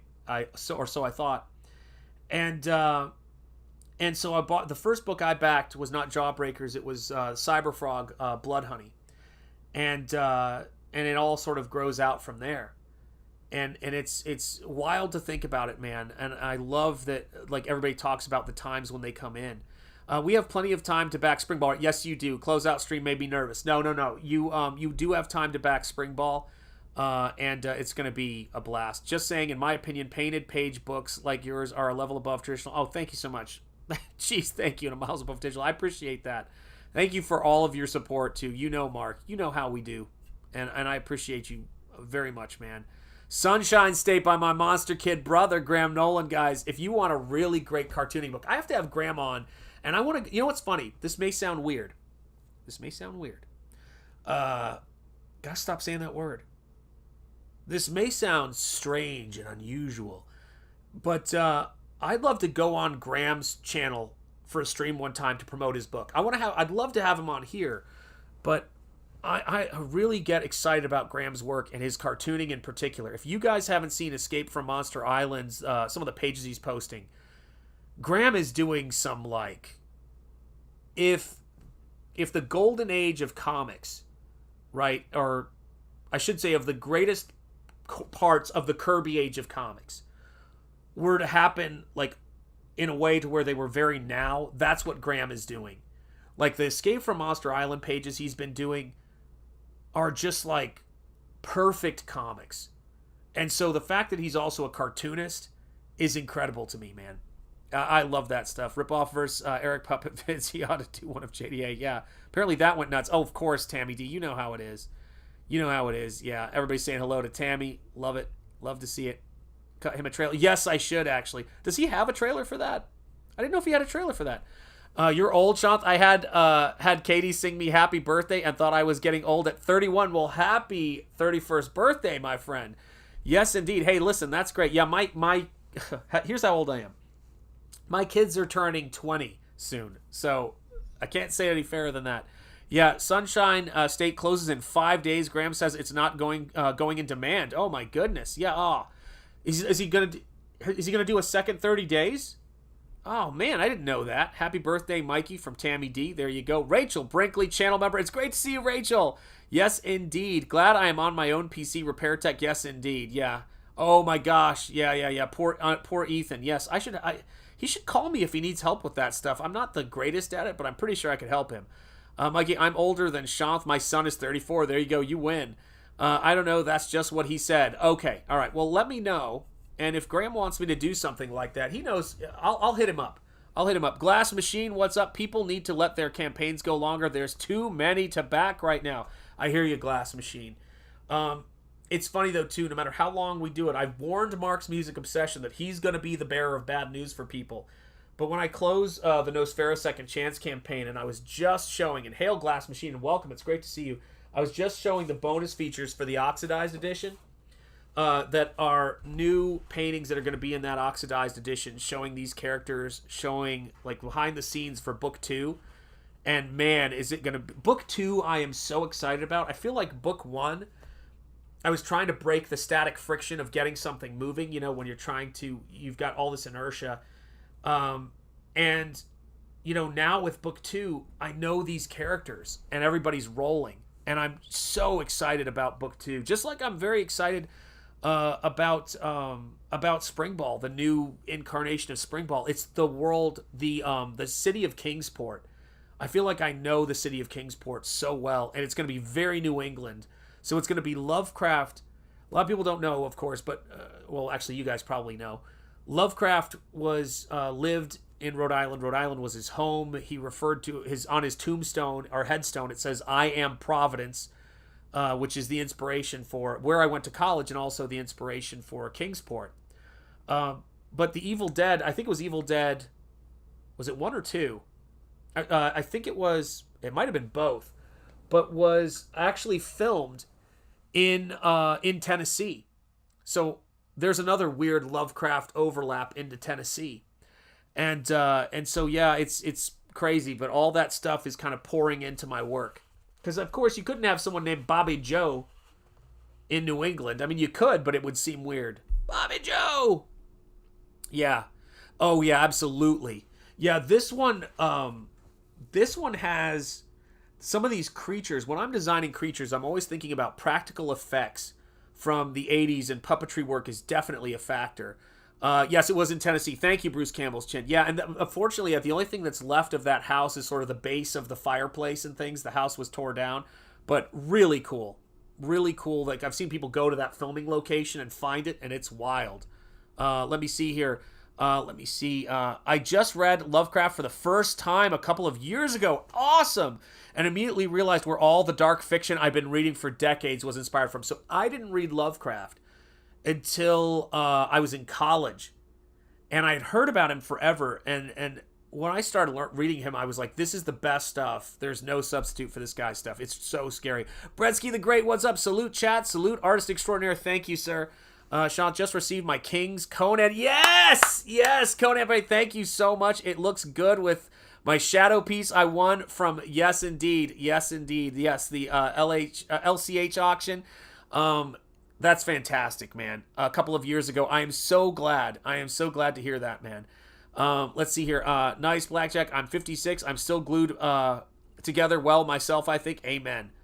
I forget where, but you can watch the Dark Crystal. Yeah, Dark Crystal is a wild flick in terms of the special effects and Brian Frode's sort of watercolor and ink work that was the inspiration. The S.H.I.E.L.D. character reminds me of a Skyrim trailer. Oh, very cool. I'm not up on my video games. I apologize, but I do know it's a video game, so that's got to count. It's 14. I still remember it 14 years later now. Awesome. Yeah, there's some very cool stuff. The S.H.I.E.L.D. This character, what was this character inspired by? It was inspired by... Oh! I know what this character was inspired by, and I don't know if I have it. Where is it? Shoot. I've had it a few times recently. Is it here? No. It's not here. Oh, you know what? Maybe is it over there? Let me look. Take my glasses off so I can see. Is it there? No. I don't think that's it over there. It was inspired by a bit of concept art, 2 pieces of concept art I did around the time, not for DreamWorks, but it was for, not for DreamWorks Consumer Products, but it was when I was doing work for DreamWorks Consumer Products. There were these 2 characters. Let me see if I can find it. Hang on one sec. I might not be able to, but let's do a chair stream for a sec.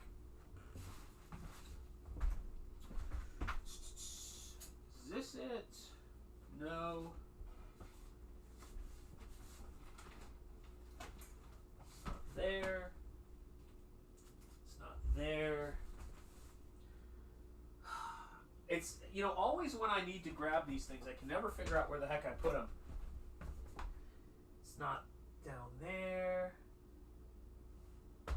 Dang. Where the heck did I put this thing? Usually these things don't go that far, but maybe it's squirreled away somewhere where I cannot find it for whatever reason. No. No. Dang it. I wish I could find that for you guys. But it's got some DreamWorks stuff from How to Train Your Dragon for Consumer Products.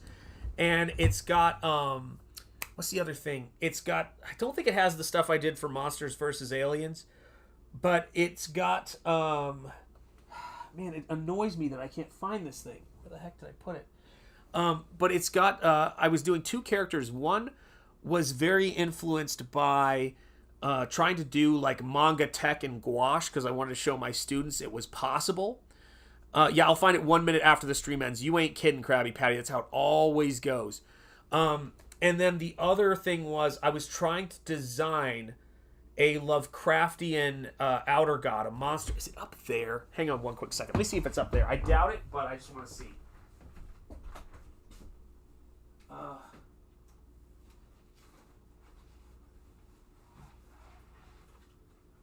No. Dang.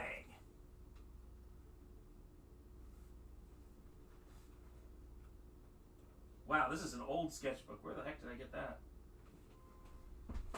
Oh, wait, is this it? Hold on a second. This looks promising. Boy, this sketchbook's been in the wars. Oh, yeah, here it is. Sweet. You guys want to see some one ancient Shanth sketchbook and one semi-ancient sketchbook? Yeah, chair stream indeed. This poor sketchbook, man. This sketch... Oh, gosh, you guys can't see it here. Hang on a second. Let me move this up. Ugh. This sketchbook right here. Here you go. So this was when my friend Kevin, who was doing the work for DreamWorks Consumer Products, brought me on board. And it was great because I got to see all the How to Train Your Dragon sketches before we started. And I sent him back this as a sketch. 2009. Look at that. So these are some of the sketches. I've shown these before on stream. Man, I'm going to tear this thing out if I'm not careful. These sketches are things I did for Consumer Products when we were trying to figure out like how to merge what Chris wanted to do with what Nico was doing. So this is some of the stuff for the Consumer Products division of where they just needed dragon ideas and they were looking for things that could have various powers. So this is a sketch that I got some notes on. It started out looking like this, but they wanted it a little bit more cartoony. So my art director drew into it digitally. I printed that out onto a piece of paper, and then I re-inked it to get to the final, which was really fun. And yeah, I know, isn't that crazy? 2000. I mean, my kids were 4 when I was doing this job. So nuts. This is an idea I started, but I didn't really get to finish. I really loved this one. This is my one of my favorite ones I think I did. I can't turn this, or can I? Oh, the sketchbook's working all right. So this one right here I really loved because it was an underwater dragon and it kind of looked like, oh, thanks, man. I don't know if they're in the movie or not. I mean, I'm sure they're somewhere in a stockpile of things they can pull from. But it was so fun to do. And so when I was doing these kinds of these things for their division, because they were trying to flesh out the world, and I know a lot of really cool behind-the-scenes stuff about that flick, because my friend was working on it. I needed a sort of a break when I was working in this style. So I was like, what if I did in gouache the most ludicrously insane, like, detailed anime character type thing. And just played around with things like armor, but then kind of crossed it with... Because I think I was doing a concept job for Mattel at the time, and I was thinking about how, you know, concept design needed to go, like, up another level when doing science fiction. So I was just playing around with it, and so this is the kind of crazy, wild detail stuff I was working on, where I said, what if DreamWorks was to do something like this? And it's like, was just really fun to play around with. And, you know, it's yeah, you know what's funny is it's got that quality. There was a little bit of, like, oh gosh, Ranjay Murata I was looking at, a little bit of the Kung Fu Panda stuff that Nico Marley did. Like, there's tons of stuff in here. But I remember reading Battle Angel Alita once when I was, or not once, when I was in college.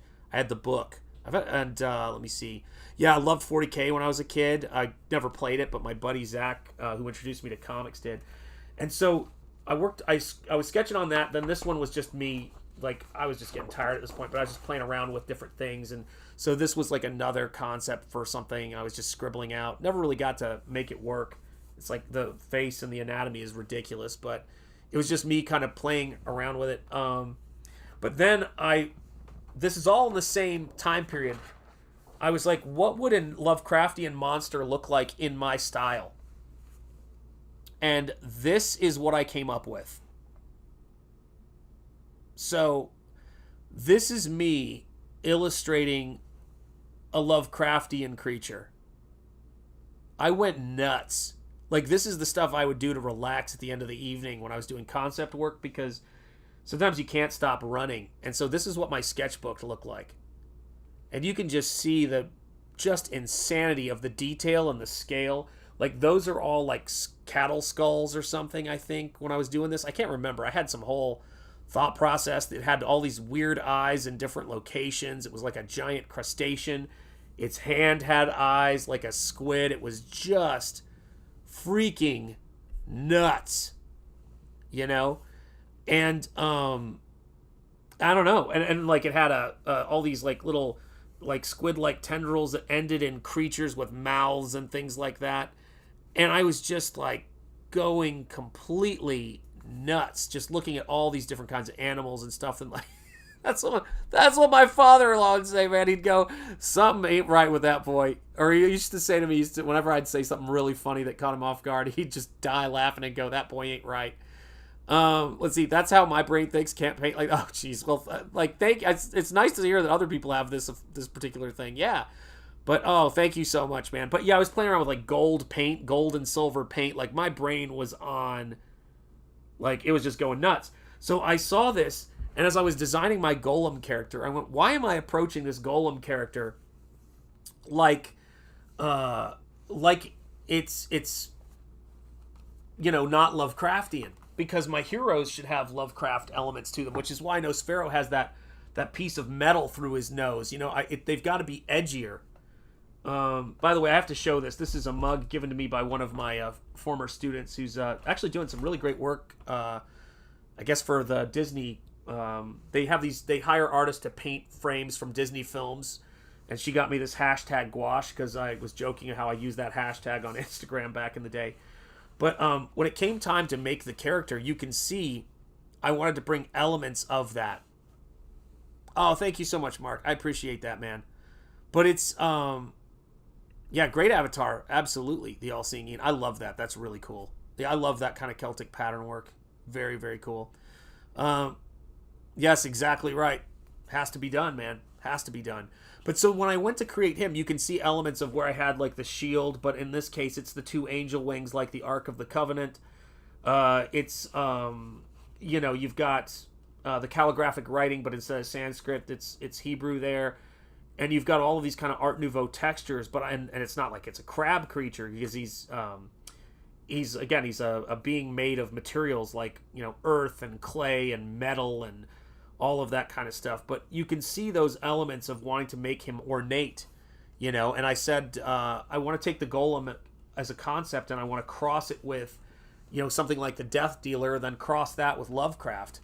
And that's how this guy sort of came to be, you know. And with Dreg Thulu, it's a bit of a different thing, but it's like these are the people. Like the detailing in the costume is something that I really, really put a lot of time into, because I want it to have a sense of texture. In a lot of ways, Nosfero is a very plain character, in this world, but he's certainly got to stand out more and be tough, so that he can fight the things that he fights. He's trying to keep these things from coming in to our world, right? That's the kind of hero he is. He's a hero for our world. He's doing his bit on our side. This character right here, my golem character, is actually fighting these things. And you see the scale to the people here. He's got to be tough. So yeah, Nosfero is fighting the vampire cultists who are trying to let the Lovecraftian things into our world. So he's on a slightly different layer, in terms of his battle. But, having the metal that goes through his nose and his origin story and which you see at the end. I can't give any spoilers. His giant, dog, which is Hound of the Baskervilles meets, like Hellhound.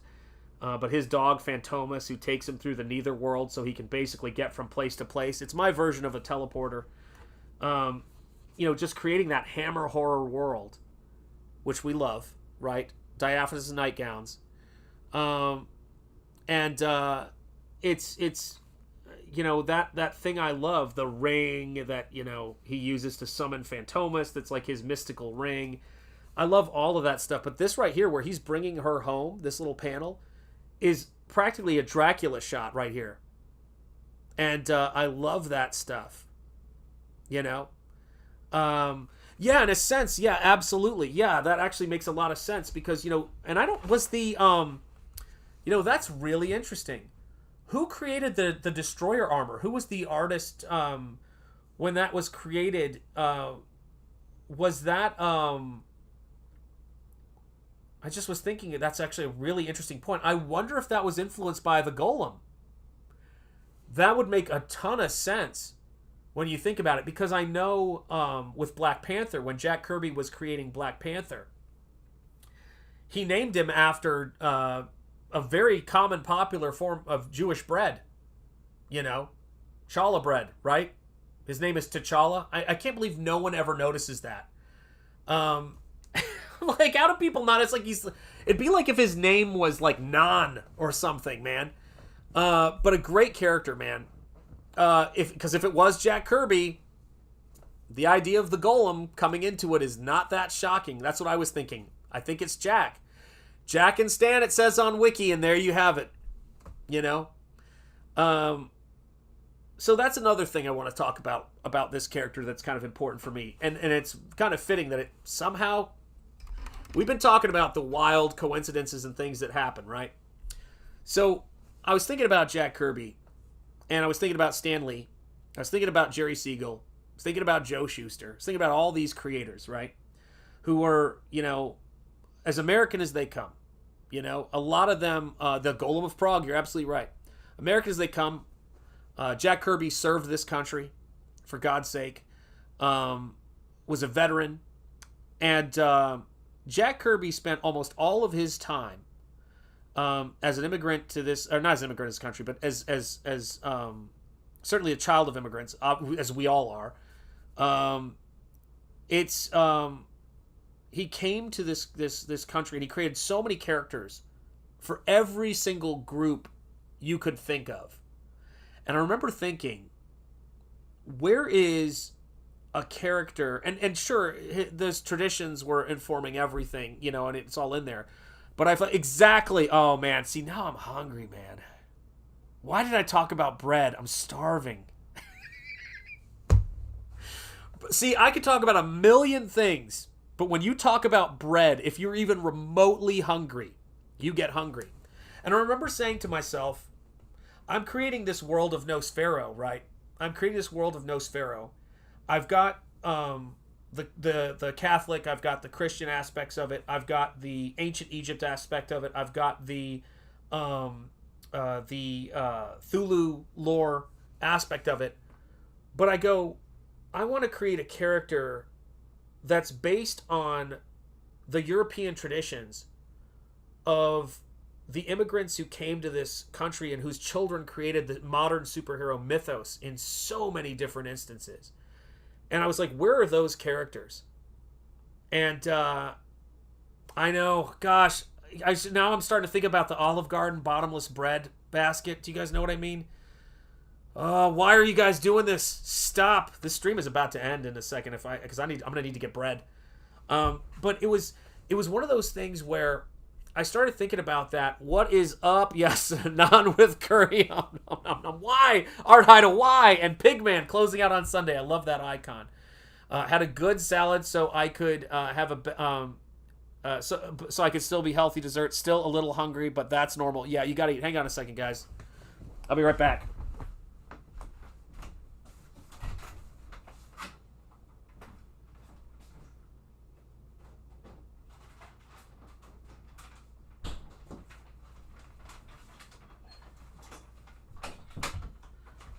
Ugh. Had to grab some of my high-end Slim Jims, so I don't mortify Mandy. I did eat a lot of Slim Jims when I was a kid, but I got these Cattleman's Cut Angus beef, so good.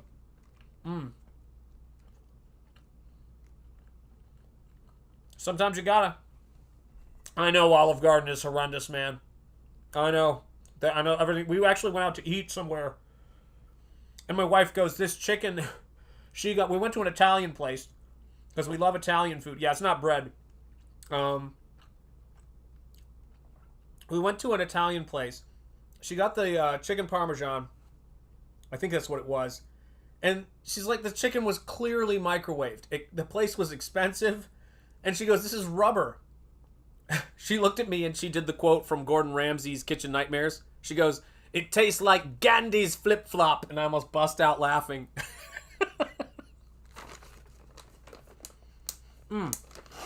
But yeah, I mean, it seems sort of ridiculous to me that back in the day, you know, you had movies like Ben-Hur, A Story of Christ. You had Samson and Delilah by, oh my gosh, the director of Samson and Delilah. I really can't believe it. We had so many movies that were inspired by, you know, Christianity. And, you know, and Judaism in that sense too, with like Moses and 10 Commandments, if you guys remember these movies. And yet, I think if you're looking for things that talk about those particular aspects of Western culture, you're more likely to find them in manga and anime than you are in this country. The greatest story ever told. There you go. And I remember saying, how many times do I have to watch manga? Yeah, Ben-Hur is a visual masterpiece, but you know what I love about that movie? I have the deluxe box set over there of that movie. Charlton Heston, for starters. Ben-Hur, here's the crazy part. I'm a big Civil War history buff because I grew up in Chattanooga and went to school on Missionary Ridge, which is where one of the most famous battles happened. But the Battle of Chattanooga was a big deal in the Civil War. And but one of the things I learned about was the battle site and the Battle of Shiloh, which is one of the... What's up, Alfonso? Great to see you, my friend. Hope you're doing well. And I also have to salute Tammy D as a channel member, which I don't think I said yet. So the Battle of Shiloh, which was just horrific, of course, comes from a Hebrew word. And the Union general at the Battle of Shiloh, because of the heavy casualties, was basically forced out because people were like, this is... Like, they didn't have the stomach for it, and he was kind of made the scapegoat of it, and, you know, you can look into it, whatever. So after that, he wrote the book, Ben-Hur, A Story of Christ. So a Civil War general, you want to talk about weird overlaps. That's about as weird as it gets. And I thought, really?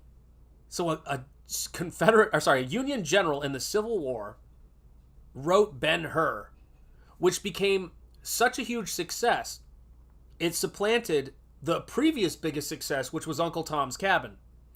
And Uncle Tom's Cabin was this massive phenomenon. The book that dethroned it in terms of its popularity and the amount of copies was Ben-Hur, which then went on to be one of my favorite movies. But what I love about Ben-Hur is Ben-Hur, Lew Wallace also didn't give Billy the Kid a pardon. There you go. The thing, yeah, isn't that wild, Tammy? So, but here's the thing. The guy in Ben-Hur is the villain in Ben-Hur is the evilest person ever. And what I love about Ben-Hur is Ben-Hur shows sort of Inigo Montoya's postscript in a sense that you don't really get to see. What happens when you let revenge and hatred consume you and you finally get your revenge and it doesn't fill the emptiness? You're still angry. You still have, so much rage in you, and now it's just, you're trapped. What's up, Jeremy? How are you doing, brother? It's great to see you, man. Oh my God, man. It's so funny. I was just talking about all the crazy sort of icon things I did, and then when I saw your icon I did, God, when did I do that? How many years ago was that? Don't tell me, because we both feel old. Oh my God, my brother Jeremy, man. Thank you for being here, man. Big, supporter of Nosfero, man. Big supporter of Nosfero. What was so crazy about it is that you get to the end of that movie and it gives you something more at the end of it. And it's like, because you see the impact that that his random encounters with Christ have, and then his encounters with Christ when he's being taken to be crucified. And it's really just an incredible story. Just an incredible story. And, it's funny. People always talk about Achilles and Hector and all of that kind of stuff. And I was telling the missus, I don't know, is it in here still or do I have it upstairs? But I do have a copy of the Odyssey and the Iliad where I can get at it, because those are two incredible stories. Jeremy saying, what's up, everybody? Everybody saying hello to Jeremy. He could ask for a refund, shaking my head. Wait, what? I'm totally missing something here. Yeah, he can. That's right, he can. No, the nurse from the One Flew Over the Cuckoo's Nest is the worst villain. I would almost agree with you. But watch Ben-Hur. I actually really thought that book was incredible. I wish they could redo The Robe by Lloyd C. Douglas. Yeah, I mean, there's so many great flicks out there. Travis Patrick, what's up? I'm learning to be a deplorable leftist like Mark Walters. Please help me out, Sean. Travis, it's you're going to be okay. Don't you worry. Richard D's nuts. Oh, my God. You guys are killing me. Thank you guys for being here. 116 people, right as I said that, watching between X and YouTube. Thank you guys for being here. 54 likes over on YouTube. I appreciate your support, guys. Big things going on. I was showing some bonus features from the Nosfero, the Crypt Walker Oxidized Edition. That campaign is going to be closing soon. The Oxidized Edition will have these sneak peeks at Book 2. The first printing, which you can see here, is already still available there on the site. There's a limited number of those, so if you've not backed the Nosfero first edition, you can still get that. But the art edition and the Oxidized edition on this campaign, the link is there. That's going to be closing very, very soon. And of course, SPRINGBALL Terminal Monstosity, that campaign is going crazy. So make sure you check it out if you haven't yet. Thank you guys for your support. But all of that being said, guys, if you're a fan of this stuff and you like this stuff, you know what to do. Nosfero the Crypt Walker. This Sunday, closing out, is Bosch Foston's PIGMAN. If you have not checked it out, the link is in the description under independent comic book creators on my description here. And if someone would be so kind as to drop the link to PIGMAN in the chat, I would appreciate it. Check out Bosch's book. But yeah, this is the stuff that I've been doing on this stream with these fine folks. Can't show that page. Whenever there's a topless woman in a comic book, you really don't want to show it on stream. It's not a good idea. Thank you, Eric Huffles. There is the link to PIGMAN. If you guys have not backed Bosch's awesome book, go check it out. I've backed it a few times myself. But this is my painted comic book, Nosfero the Crypt Walker. This is book 1. The second chance for this book, that campaign, the link is in the description. If you have not gotten it yet, make sure you pick it up, because when it closes, I'm taking a break from Nosfero printings to work on the second book of Nosfero. Oop, can't show that yet. Can't show that. But you can sort of see what the book is about. It's the story of a character who was raised by a werewolf, who was in his childhood enslaved by vampires because he was born with a healing factor for all intents and purposes, where his blood never runs out. So they chained him up, they fed off of him, You know that's right, Krabby Patty. They fed off of him, and then when they tried to use him for a Lovecraftian ritual, they gave him powers that they could never have seen coming, so now they cannot drink from his blood, and he has more strength and more magic because of his abilities that let him survive that ritual. And it is just a crazy cool, compelling story. Actually, I can show you some of that origin. And in order to keep all of this sort of lore and all of this cool Art Nouveau crazy backstory, I made a fully painted comic book, and it is breathtaking. You will enjoy it. Peter Gilmore would intentionally open up the page with a new... Listen, I love me some Peter Gilmore. I've been reading his work with Mandy, and it's fantastic, Art Haida.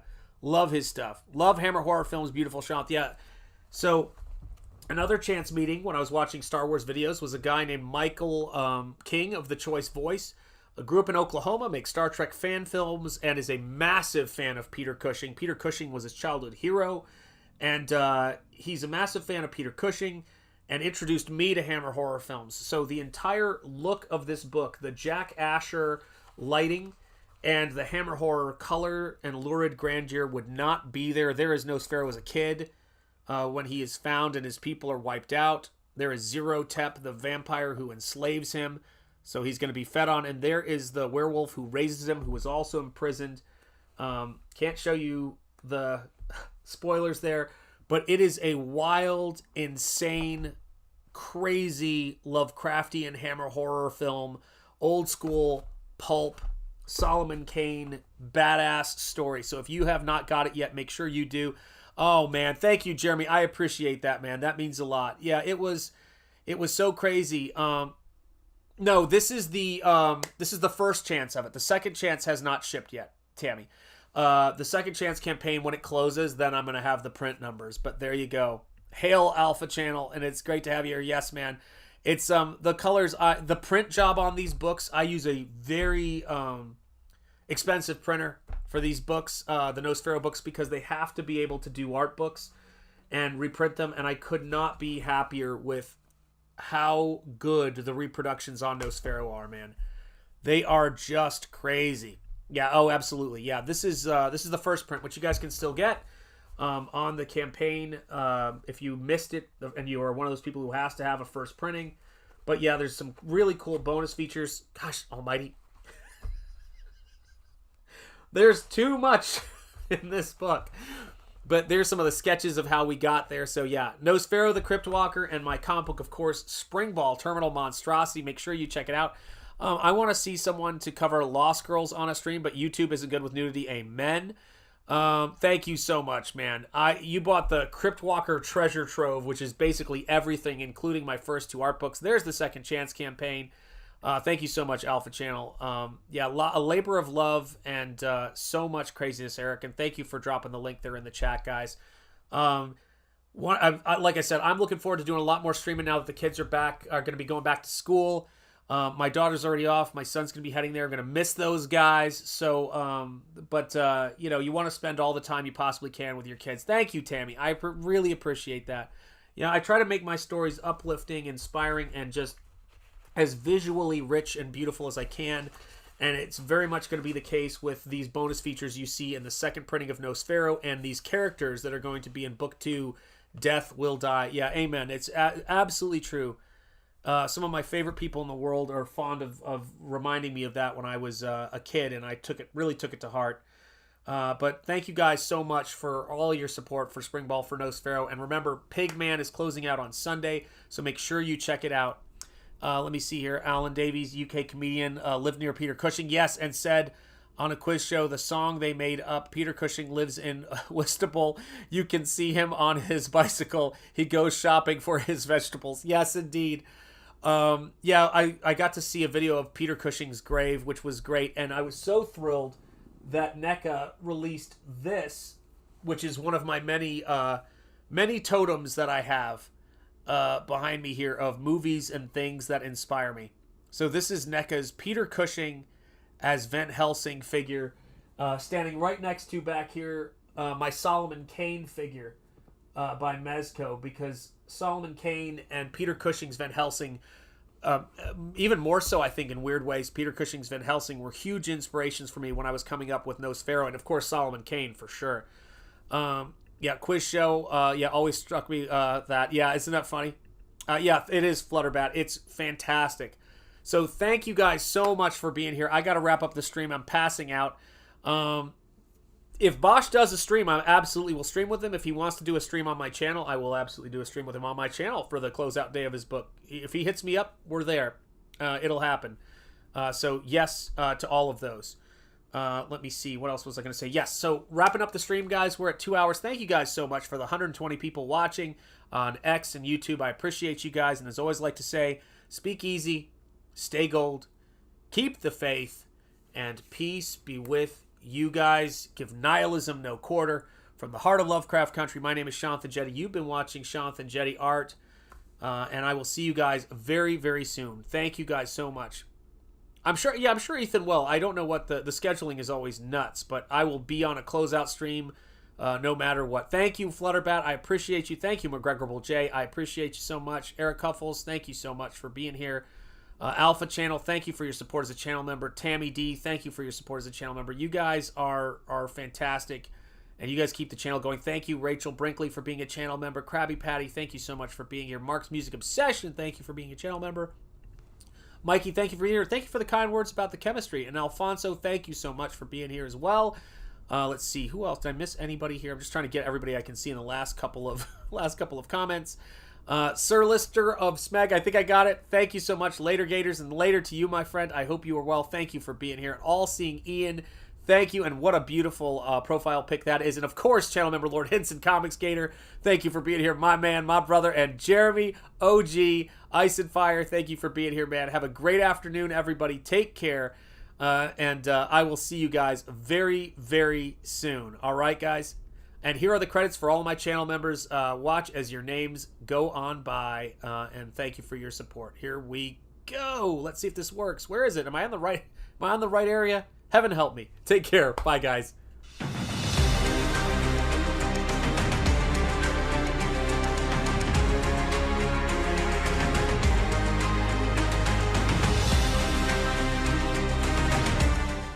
I didn't say goodbye to Grogu.